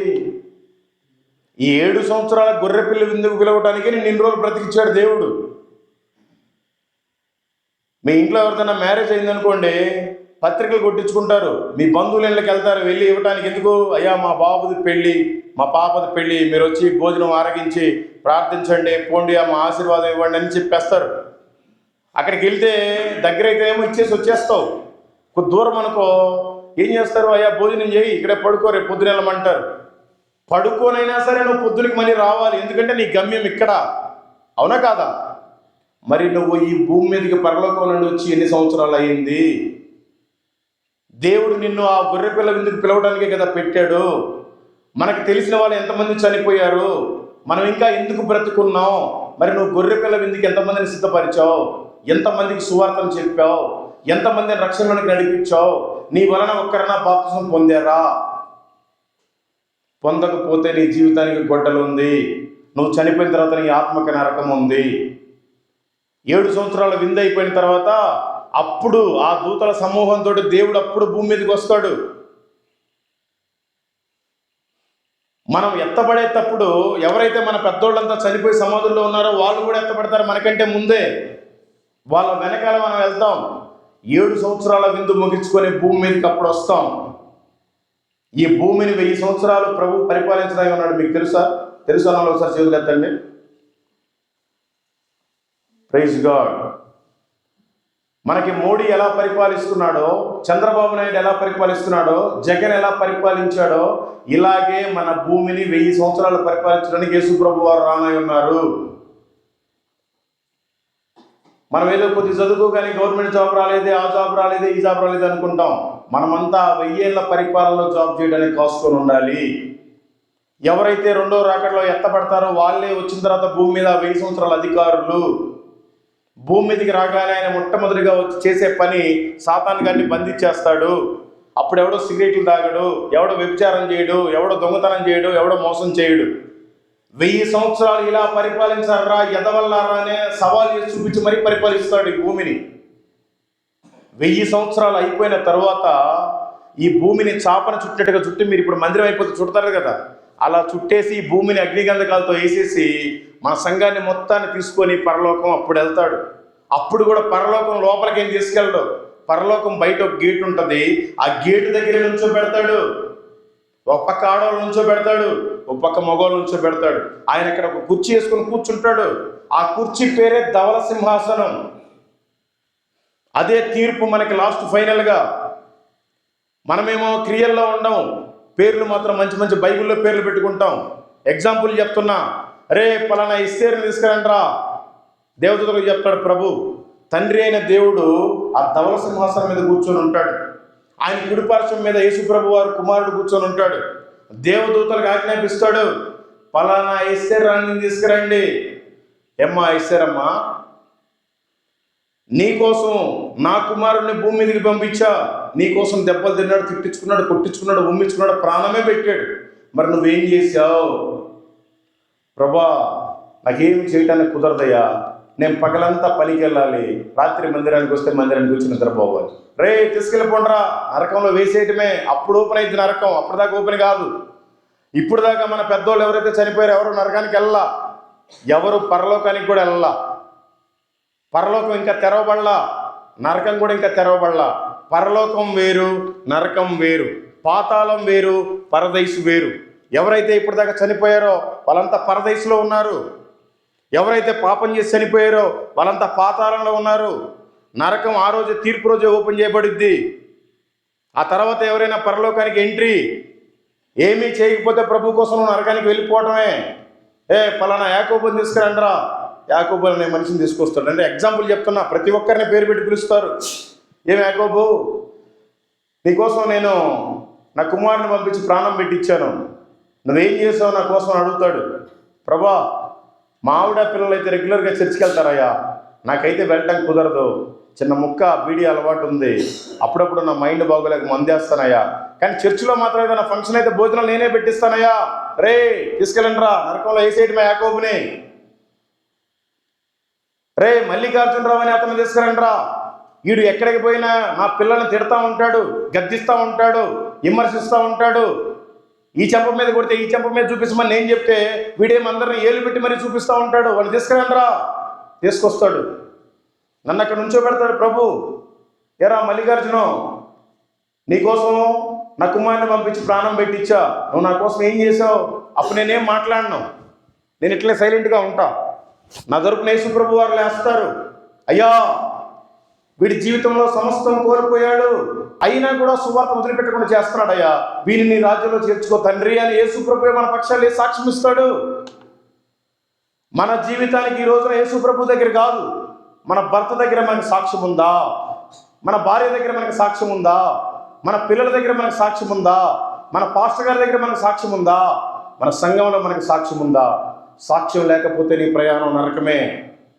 ఈ జీవితంలో ఎన్నో వస్తూ ఉంటాయి, ఎన్నో పోతూ ఉంటాయి, ఏవేవో జరుగుతాయి. ఇదంతా చిత్ర విచిత్రాల లోకం. ఈ లోకాన్ని ముగించుకొని మనం పరలోకం వెళ్ళాలి అంటే ఆయన సువార్తని విరివిగా ప్రకటించాలి, ఆయన ధనాన్ని ఇక్కడ మనం సమకూర్చాలి. లేదంటే చాలా వ్యర్థం. చెప్పడానికి ఇంకా చాలా పెద్ద సబ్జెక్ట్ ఉంది. దేవుడి చిత్తమైతే ఇంకెప్పుడన్నా వచ్చి చెప్తాను. మీరంతా దయచేసి ఎవరైతే యేసు ప్రభు దేవుడని నమ్ముతున్నారో వారంతా త్వరగా బాప్తిసం పొందండి. ఎవరైతే బాప్తిసం పొందుకుంటారో వాళ్ళంతా ఆయన బలలో చేయి వేయండి. ఎవరైతే ఆయన బలలో చేయి వేస్తారో మీరు ఖచ్చితంగా సువార్తలో పాల్గొంచుకోండి. ఇవేవి చేయకపోయినా కూడా మీరు పాపులే. వామ్మో వాళ్ళైతే నేను బాప్తిసమే తీసుకున్నంటే నువ్వు కూడా పాపివే. వామ్మో అట్లయితే నేను రొట్టె ద్రాక్షరసం తీసుకున్నట్టు నువ్వు ఇంకా పాపివి. బైబిల్లో ఉన్నదన్నట్టుగా పాటించాలి. అది పాటించాలంటే ఫస్ట్ నువ్వు ఇది చదివి చావాలి. నీకు చదువు రాకపోతే చదివించుకో. ఏదన్నా గవర్నమెంట్ వాడు ఒక పథకం పెట్టాడు, నీకు ఆ స్కీమ్ కావాలి, పోయి అందరితో చదివించుకొని రాపించుకుంటావుగా. మరి నీకు పరలోకం ఇస్తున్నాడు ప్రభు, ఈ వాక్యాన్ని ఎందుకు చదివించుకోవు? వాక్యాన్ని ఎందుకు తెలుసుకోవు? తెలుసుకోకపోతే నువ్వు క్రైస్తవురాలివి కాదు, క్రైస్తవుడివి కాదు. దయచేసి మీకు దండం పెట్టి చెప్తున్నా, నాలాగా ఎవరు మీ పిల్లలు పాడైపోకూడదు. భయభక్తుల్లో పెంచండి, చర్చిలో పరిచర్య చేయించండి, మెలకువ కలిగి మీ పిల్లల్ని అబ్జర్వ్ చేస్తూ ఉండండి. త్రాగుడికి వ్యసనమైపోతున్నారు, దొంగతనాలకు కూడా వ్యసనమైపోతున్నారు, వాళ్ళకి చెడు కార్యాలు ప్రతిదానికి వ్యసనమైపోతున్నారు, తల్లిదండ్రులను హింసలు పెడుతున్నారు. అందుకని దయచేసి చిన్నప్పటి నుంచే మంచిగా పెంచండి. భయభక్తులతో మీరు నేర్పించండి దేవుని ప్రేమని. మీరు కూడా ఖాళీగా ఉండకుండా నీతోటి పొద్దున లేచిన దగ్గర నుంచి సాయంత్రం పడుకునే వరకు ఎవరెవరైనా నీతోటి మాట్లాడుతున్నారు అంటే దేవుడే నీతోటి మాట్లాడిస్తున్నారు వాళ్ళతోటి. అప్పుడైనా నువ్వు ఒక మాట దేవుడిని నమ్ముకోమని చెప్పాలి. చెప్పకపోతే నువ్వు పాపివే, నీకు శిక్ష తప్పదు, నీకు కూలి లేదు, నీకు అక్కడ స్థలం కూడా లేదు. 3 పూట్ల భోజనం చేస్తున్నావు, ఎంతో మందికి ఆ భోజనం తినే అర్హత లేదు. బొచ్చెడు మంది హాస్పిటల్లో ఉన్నారు, పోయిన వాళ్ళు మళ్ళీ తిరిగి కూడా రావట్లేదు. మనకు మంచి ఆరోగ్యం ఇచ్చాడు, దేనికి ఇచ్చాడు? తిని పడుకోవడానికి ఇచ్చాడా? తిని పని చేసుకోవడానికి ఇచ్చాడా? ఎందుకు ఇచ్చాడు? ఆత్మలకు సువార్తను ప్రకటించడానికే నీకు ఇంకా ఆయుష్యం ఇచ్చాడు. దయచేసి మీరంతా మంచిగా మారండి. దేవునికి సాక్షిగా ఉండండి. ఎందుకంటే నేనేం చెప్పలేను. మీకోసం పాస్టర్ గారు ప్రార్థన చేస్తాడు. దేవుడు మిమ్మల్ని, మీ కుటుంబాలని, మీ ఊరిని, మీ సంఘాన్ని దీవించి ఆశీర్వదించును గాక. ఆమేన్. ఎప్పుడు అంటే వాక్యాన్ని చదువుకొని వాక్యానుసారం జీవించినప్పుడే దేవుడు మిమ్మల్ని దీవించును గాక. ఆమేన్. Praise the lord. చెప్పబడినటువంటి వాక్యం కొరకు మన మధ్యలో ఉన్న డేవిడ్ రాజన్ వచ్చి ప్రార్థన చేస్తాడు. దయచేసి అందరూ కూడా మోకరించండి, కళ్ళు మూసుకోనండి, ప్రార్థనలో ఉండండి. ఒక నిమిషం మనల్ని మనం చేసుకుందాం. మనం ఎలా ఉన్నాము, ఏం చేస్తున్నాము. చెప్పబడినటువంటి వాక్యంలో వాక్యానుసారంగా జీవిస్తున్నామా లేదా నీకు నీవే ఈ దినమున తీర్మానం చేసుకో. ఎవ్వరు కూడా ఎదుటి వారి గురించి ఆలోచన చేయకూడదు. నీ గురించి మాత్రమే దేవుడు నీతో మాట్లాడంటే ఆలోచన చేసి ఒక మంచి తీర్మానం చేసుకొని ప్రభుకు మీ జీవితాన్ని అప్పగించుకుంటే అది చాలా ధన్యకరమైనటువంటిది. కనుక మీ కొరకే అన్న ప్రార్థన చేస్తారు. ప్రార్థన చేసుకున్నాం. ప్రేమ నమ్మకము కలిగిన మా ప్రియ పరలోకమందు ఉన్న తండ్రి, గనుడ, గొప్పవాడ, ఉన్నతమైన వాడ, మా కోట, మా కొండ, మా దుర్గమ్మ, మా రక్షణ శృంగమ, నీకు వందనాలు, స్తోత్రములు నాయన. ప్రభా, ఈ రాత్రి ప్రభా మాతో ప్రభా శ్రూటిగా చక్కగా ఎలా బ్రతకాలో, సంఘం ఎలా జీవించాలో, ఎలా స్వార్థ ప్రకటించాలో, ఎలా నీ వాక్యాన్ని ధ్యానించాలో ప్రభా నీ దాసుని ద్వారా, నీ బిడ్డ ద్వారా, నీ కుమారుని ద్వారా మీరు మాట్లాడిన మాట కొరకు వందనాలు చెల్లిస్తున్నాం ప్రభా. ఐదుగున తండ్రి, నీ వాక్యం ఎంత సూటిగా ఉందో దాని ప్రకారం మేము ఎలా జీవిస్తున్నామని మేము మా తండ్రిని ప్రశ్నించుకున్నాం. అయ్యా, మేమందరము పాపలమయ్యా, నీ వాక్యాన్ని ప్రేమించలేకపోతున్నాం, నీ ఆజ్ఞలకు లోబడలేకపోతున్నాం, నీ వాక్యానుసరంగా జీవించలేకపోతున్నాం. మా జీవితం, మా యొక్క బ్రతుకు ప్రభా నీ వాక్యానుసరంగా లేదయ్యా, మమ్మల్ని క్షమించమని ప్రార్థిస్తున్నాం. సంఘముగా, సంఘ బిడ్డలుగా మేమందరము కూడా తండ్రి నీ సన్నిధిలో పశ్చాత్తాపంతో వస్తున్నాం, మమ్మల్ని క్షమించండి. ఇక నుంచి నైనా ఈ దినం నుండి ప్రభా నీ కొరకే బ్రతకటానికి, నీ పని కొరకే బ్రతకటానికి అయ్యా, అనేకులకు ప్రభా ఇదిగో తండ్రి నీ రక్షణ మార్గంలో చూపించటానికి మాకు సహాయం చేయమని ప్రార్థిస్తున్నాం. అలాగే సంఘమును దీవించమని అడుగుతున్నాం. ఎవరైతే ఈరోజు ప్రభా నీ కొరకే బ్రతకాలి, నీ నైనా ఇదిగో తండ్రి పరిచర్య కొరకే బ్రతకాలి, నీ పని కొరకే బ్రతకాలి, మీరు ఇచ్చిన బాధ్యతను నిర్వర్తించాలని ఆశతో ప్రభా నీ యొద్దకు పశ్చాత్తాపంతో వస్తూ ఉన్నారు. ప్రతి ఒక్కరిని దీవించండి ప్రభా. ఇదిగో తండ్రి, ఈరోజు నా తండ్రి నీ కుమారుని ద్వారా ప్రభా బయలుపరిచి నీ మాటల కొరకు వందనాలు చెల్లిస్తున్నామయ్యా. ఈ మాటలు మాకెంతగానో ప్రభా ఐదుగురు తండ్రి నాయనా ప్రభా బలపరిచింది ప్రభా. అవును తండ్రి, ఇంకా ఈ మాటలు విని కూడా మేము ఆ పని చేయకపోతే ప్రభా అయ్యా నీ వాక్యము సెలవిస్తుంది నరకమని. ఆ నరకం అనేది తప్పించబడాలంటే మీరు ఇచ్చిన బాధ్యతను నిర్వర్తించాలి ప్రభా. సహాయం చేయండి ఆయనకు వందనాలు. ఇదిగో తండ్రి, ప్రత్యేకంగా నీ కుమారుని దీవించండి. ఆయా ప్రాంతాల్లో ప్రభా తను స్వార్థ పని నిమిత్తమై తండ్రి నాయన తను ప్రయాణం చేస్తూ ఉన్నప్పుడు, అనేకులతో వారు మాట్లాడుతున్నప్పుడు అనేక మంది అయా స్పందిస్తున్నారు, కొంతమంది తృణీకరిస్తున్నారు. కానీ ప్రభా ఎవరైతే స్పందిస్తున్నారో వారు పరలోక రాజ్యం సమీపంగా ఉందని నీ లేఖనం తెలియజేస్తున్నాయి. ఆ మాట కొరకు వందనాలు. నీ దాసుని జ్ఞాపకం చేసుకున్నట్టు దేవా, వారి కుటుంబ పరిచర్యను, వారి యొక్క పరిచర్యను, వారి కుటుంబ స్థితిని కూడా మీరు ఎరిగిన దేవుడు. అన్నిటి ప్రభాన్ని సమకూర్చి నీ బిడ్డకు సహాయం చేయమని ప్రార్థిస్తున్నాను. ఆయన ఇదిగో తండ్రి స్థానిక అయా సంఘమును, సంఘ బిడ్డలను, అలాగే స్థానిక సంఘ సేవకుని బట్టి ప్రార్థిస్తున్నా. ఇదిగో తండ్రి, గ్రామానికి తనకు బాధ్యత మీరు ఇచ్చారయ్యా. ఈ గ్రామంలో సంఘమును కాయడానికి తగిన జ్ఞాన వివేకములు నీ కుమారునికి అనుగ్రహించమని ప్రార్థిస్తున్నాను. తన భార్యను దీవించమని అడుగుతూ ఉన్నాను. ఎక్కడో ప్రభా సుదూర ప్రాంతం మా ప్రాంతానికి వచ్చి అయభారం కలిగి తను పనిచేస్తుండగా నీ ఆత్మను అయ్యేది అభిషేకించి నడిపించమని ప్రార్థిస్తున్నాను. మరి ముఖ్యంగా ఈ సంఘముని దీవించండి, ఆశీర్వదించండి. ప్రార్థన పనులను అయా లేవనెత్తండి నాయన. స్వార్థకరణ చేయవారిని లేవనెత్తండి ప్రభా. అయా ఇదిగో తండ్రి ప్రభా, ఇంకా వాక్యం ఇంకా మేము ధ్యానించలేకపోతుంటే ప్రభా, ఇంకా వాక్యమును ధ్యానించి నేర్చుకుని తత్వాన్ని మాకు ఇవ్వండి, సంఘములకు దయచేయమని ప్రార్థిస్తున్నాను. చీకటి అంధకారం నుండి విడిపించండి ప్రభు. సాతాను కబంధ హస్తంలో చిక్కుకొనిపోయిన బిడ్డలను ఇంకా పురికొల్పమని ప్రార్థిస్తున్నాను. ఇదిగో తండ్రి, ఈ రోజు నుండి వారు తీర్మానం చేసుకుని తీర్మానం బట్టి వందనాలు. ఇదిగో తండ్రి, ఇష్టమైన మా ప్రార్థన మీరు అంగీకరించండి. మా ప్రార్థనకు మీరు ప్రతిఫలం సమాధానం దయచేయండి. ఇంకా అనేకమైన విషయాలు నీ దాసునిగా మాట్లాడవలసి ఉన్నది, కానీ సమయాన్ని ఆయన సరిపోక ప్రభా తను విరమించుకున్నాను. నీ చిత్తమైతే నీ రాకడ ఆలస్యమైతే తండ్రి ప్రభా మరొక సమయం మరొక దినాన్ని మాకు ఇచ్చి ఇంకా మమ్మల్ని బలపరచమని, సంఘమును బలపరచమని, మహిమ ఘనత ప్రభావాలు మీకే చెల్లించుకుంటూ ప్రభువును రక్షకుడైన యేసుక్రీస్తు నామమున ప్రార్థించి వేడుకుంటున్నాము తండ్రి. ఆమేన్. మన పరమ తండ్రి అయిన దేవుని ప్రేమయు, కుమారుడైన యేసుక్రీస్తు కృపయు, పరిశుద్ధాత్మ నిత్య సహవాసము కూడి వచ్చిన సంఘ విశ్వాసులకును, ప్రాముఖ్యముగా దూర ప్రాంతం నుండి ఈ ప్రాంతంలో వచ్చి అద్భుత రీతిగా దేవుని యొక్క వాక్యమును అందజేసిన ఆత్మీయులకును, కూడి వచ్చినటువంటి దైవ సేవకుల కుటుంబాలకును, స్థానిక సంఘానికి ఇప్పుడును ఎల్లప్పుడూ రెండవ రాకడ పర్యంతరం వరకు సదాకాలం తోడై ఉండి నిత్యం మమ్మల్ని అందరినీ కాపాడుదువుగాక. ఆమేన్. ఎన్నాళ్ళు ఇక ఎన్నాళ్ళు వేచి ఉందును యేసయ్యా,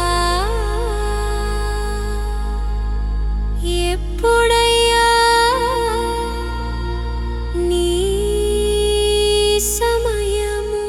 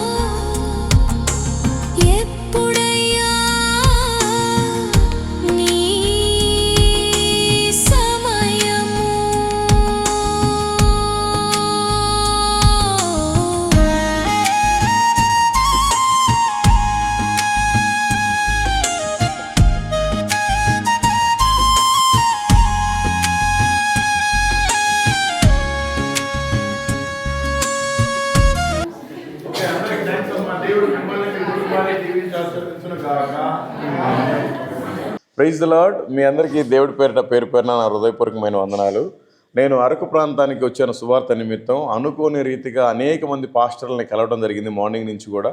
ఇదిగో ముఖ్యంగా ఈ పాస్టర్ జేమ్స్ గారు ఈ అరకు పాడేరు ఏరియాలో పాస్టర్స్ అందరికీ కూడా సెక్రటరీ అనమాట. ఆ టీంలో దగ్గర ఈ నియోజకవర్గంలో 3 నుంచి 4 వేల మంది పాస్టర్లు ఉన్నారంట.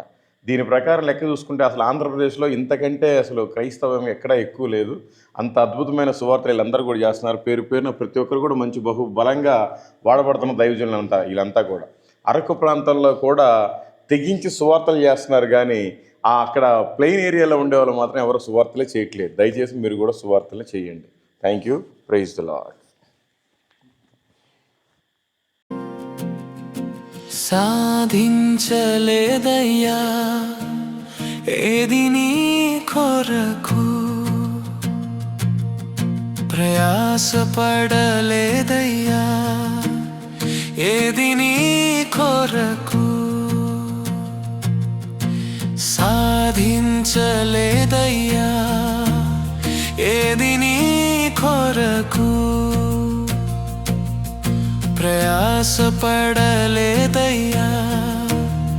ఏది నీ కొరకు. ఇకనైనా నన్ను వాడుకొనుము, ఇకనైనా నన్ను పరుగెత్తనిమ్ము, నీ సేవకై ఇకనైనా నన్ను వాడుకొనుము, ఇకనైనా నన్ను పరుగెత్తనిమ్ము, నీ సేవకై.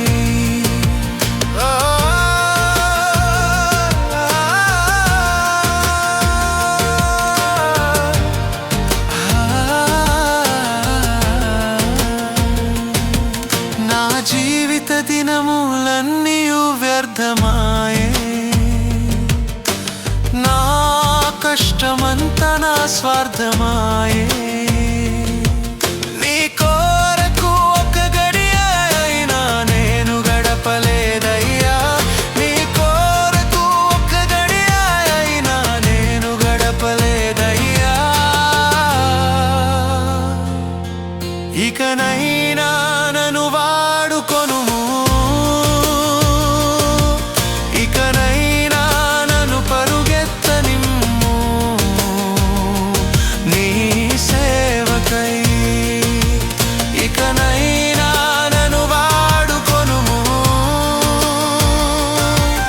ఇకనైనా నన్ను పరుగెత్తనిమ్ము, నీ సేవకై.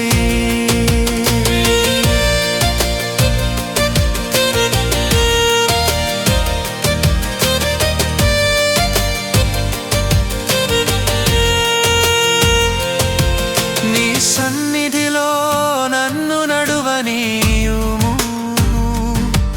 నీ నామమునకు నన్ను భయపడనీయుము, నన్ను నడిపించి నీ నీడలో నన్ను దాచుమయ్యా, నన్ను నడిపించి నీ నీడలో నన్ను దాచుమయ్యా. ఇకనైనా నన్ను వాడుకొనుము, ఇకనైనా నన్ను పరుగెత్తనిమ్ము, నీ సేవకై ఇకనైనా నన్ను వాడుకొనుము, ఇకనైనా నన్ను పరుగెత్తనిమ్ము, నీ సేవకై. ఇక చూడండి, ఇవన్నీ మన గిరిజనులు, మన సహోదరులు పండించిన వాళ్ళ సొంత పంట. బ్లాక్ పెప్పర్, నల్ల మిరియాలు. దేవుడు వీరందరిని దీవించును గాక. ఎందుకు ఇది తిన్నందుకు.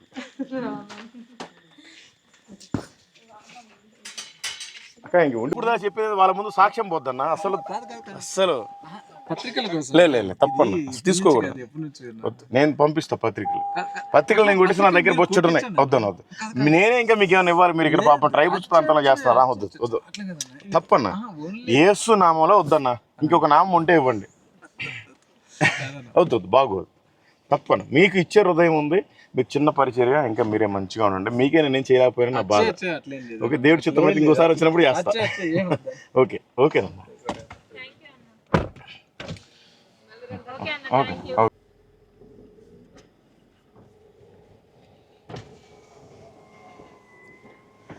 ఓకే అక్కలు అన్నలు అందరికీ వందనాలు. ఓకేనండి, బాయ్.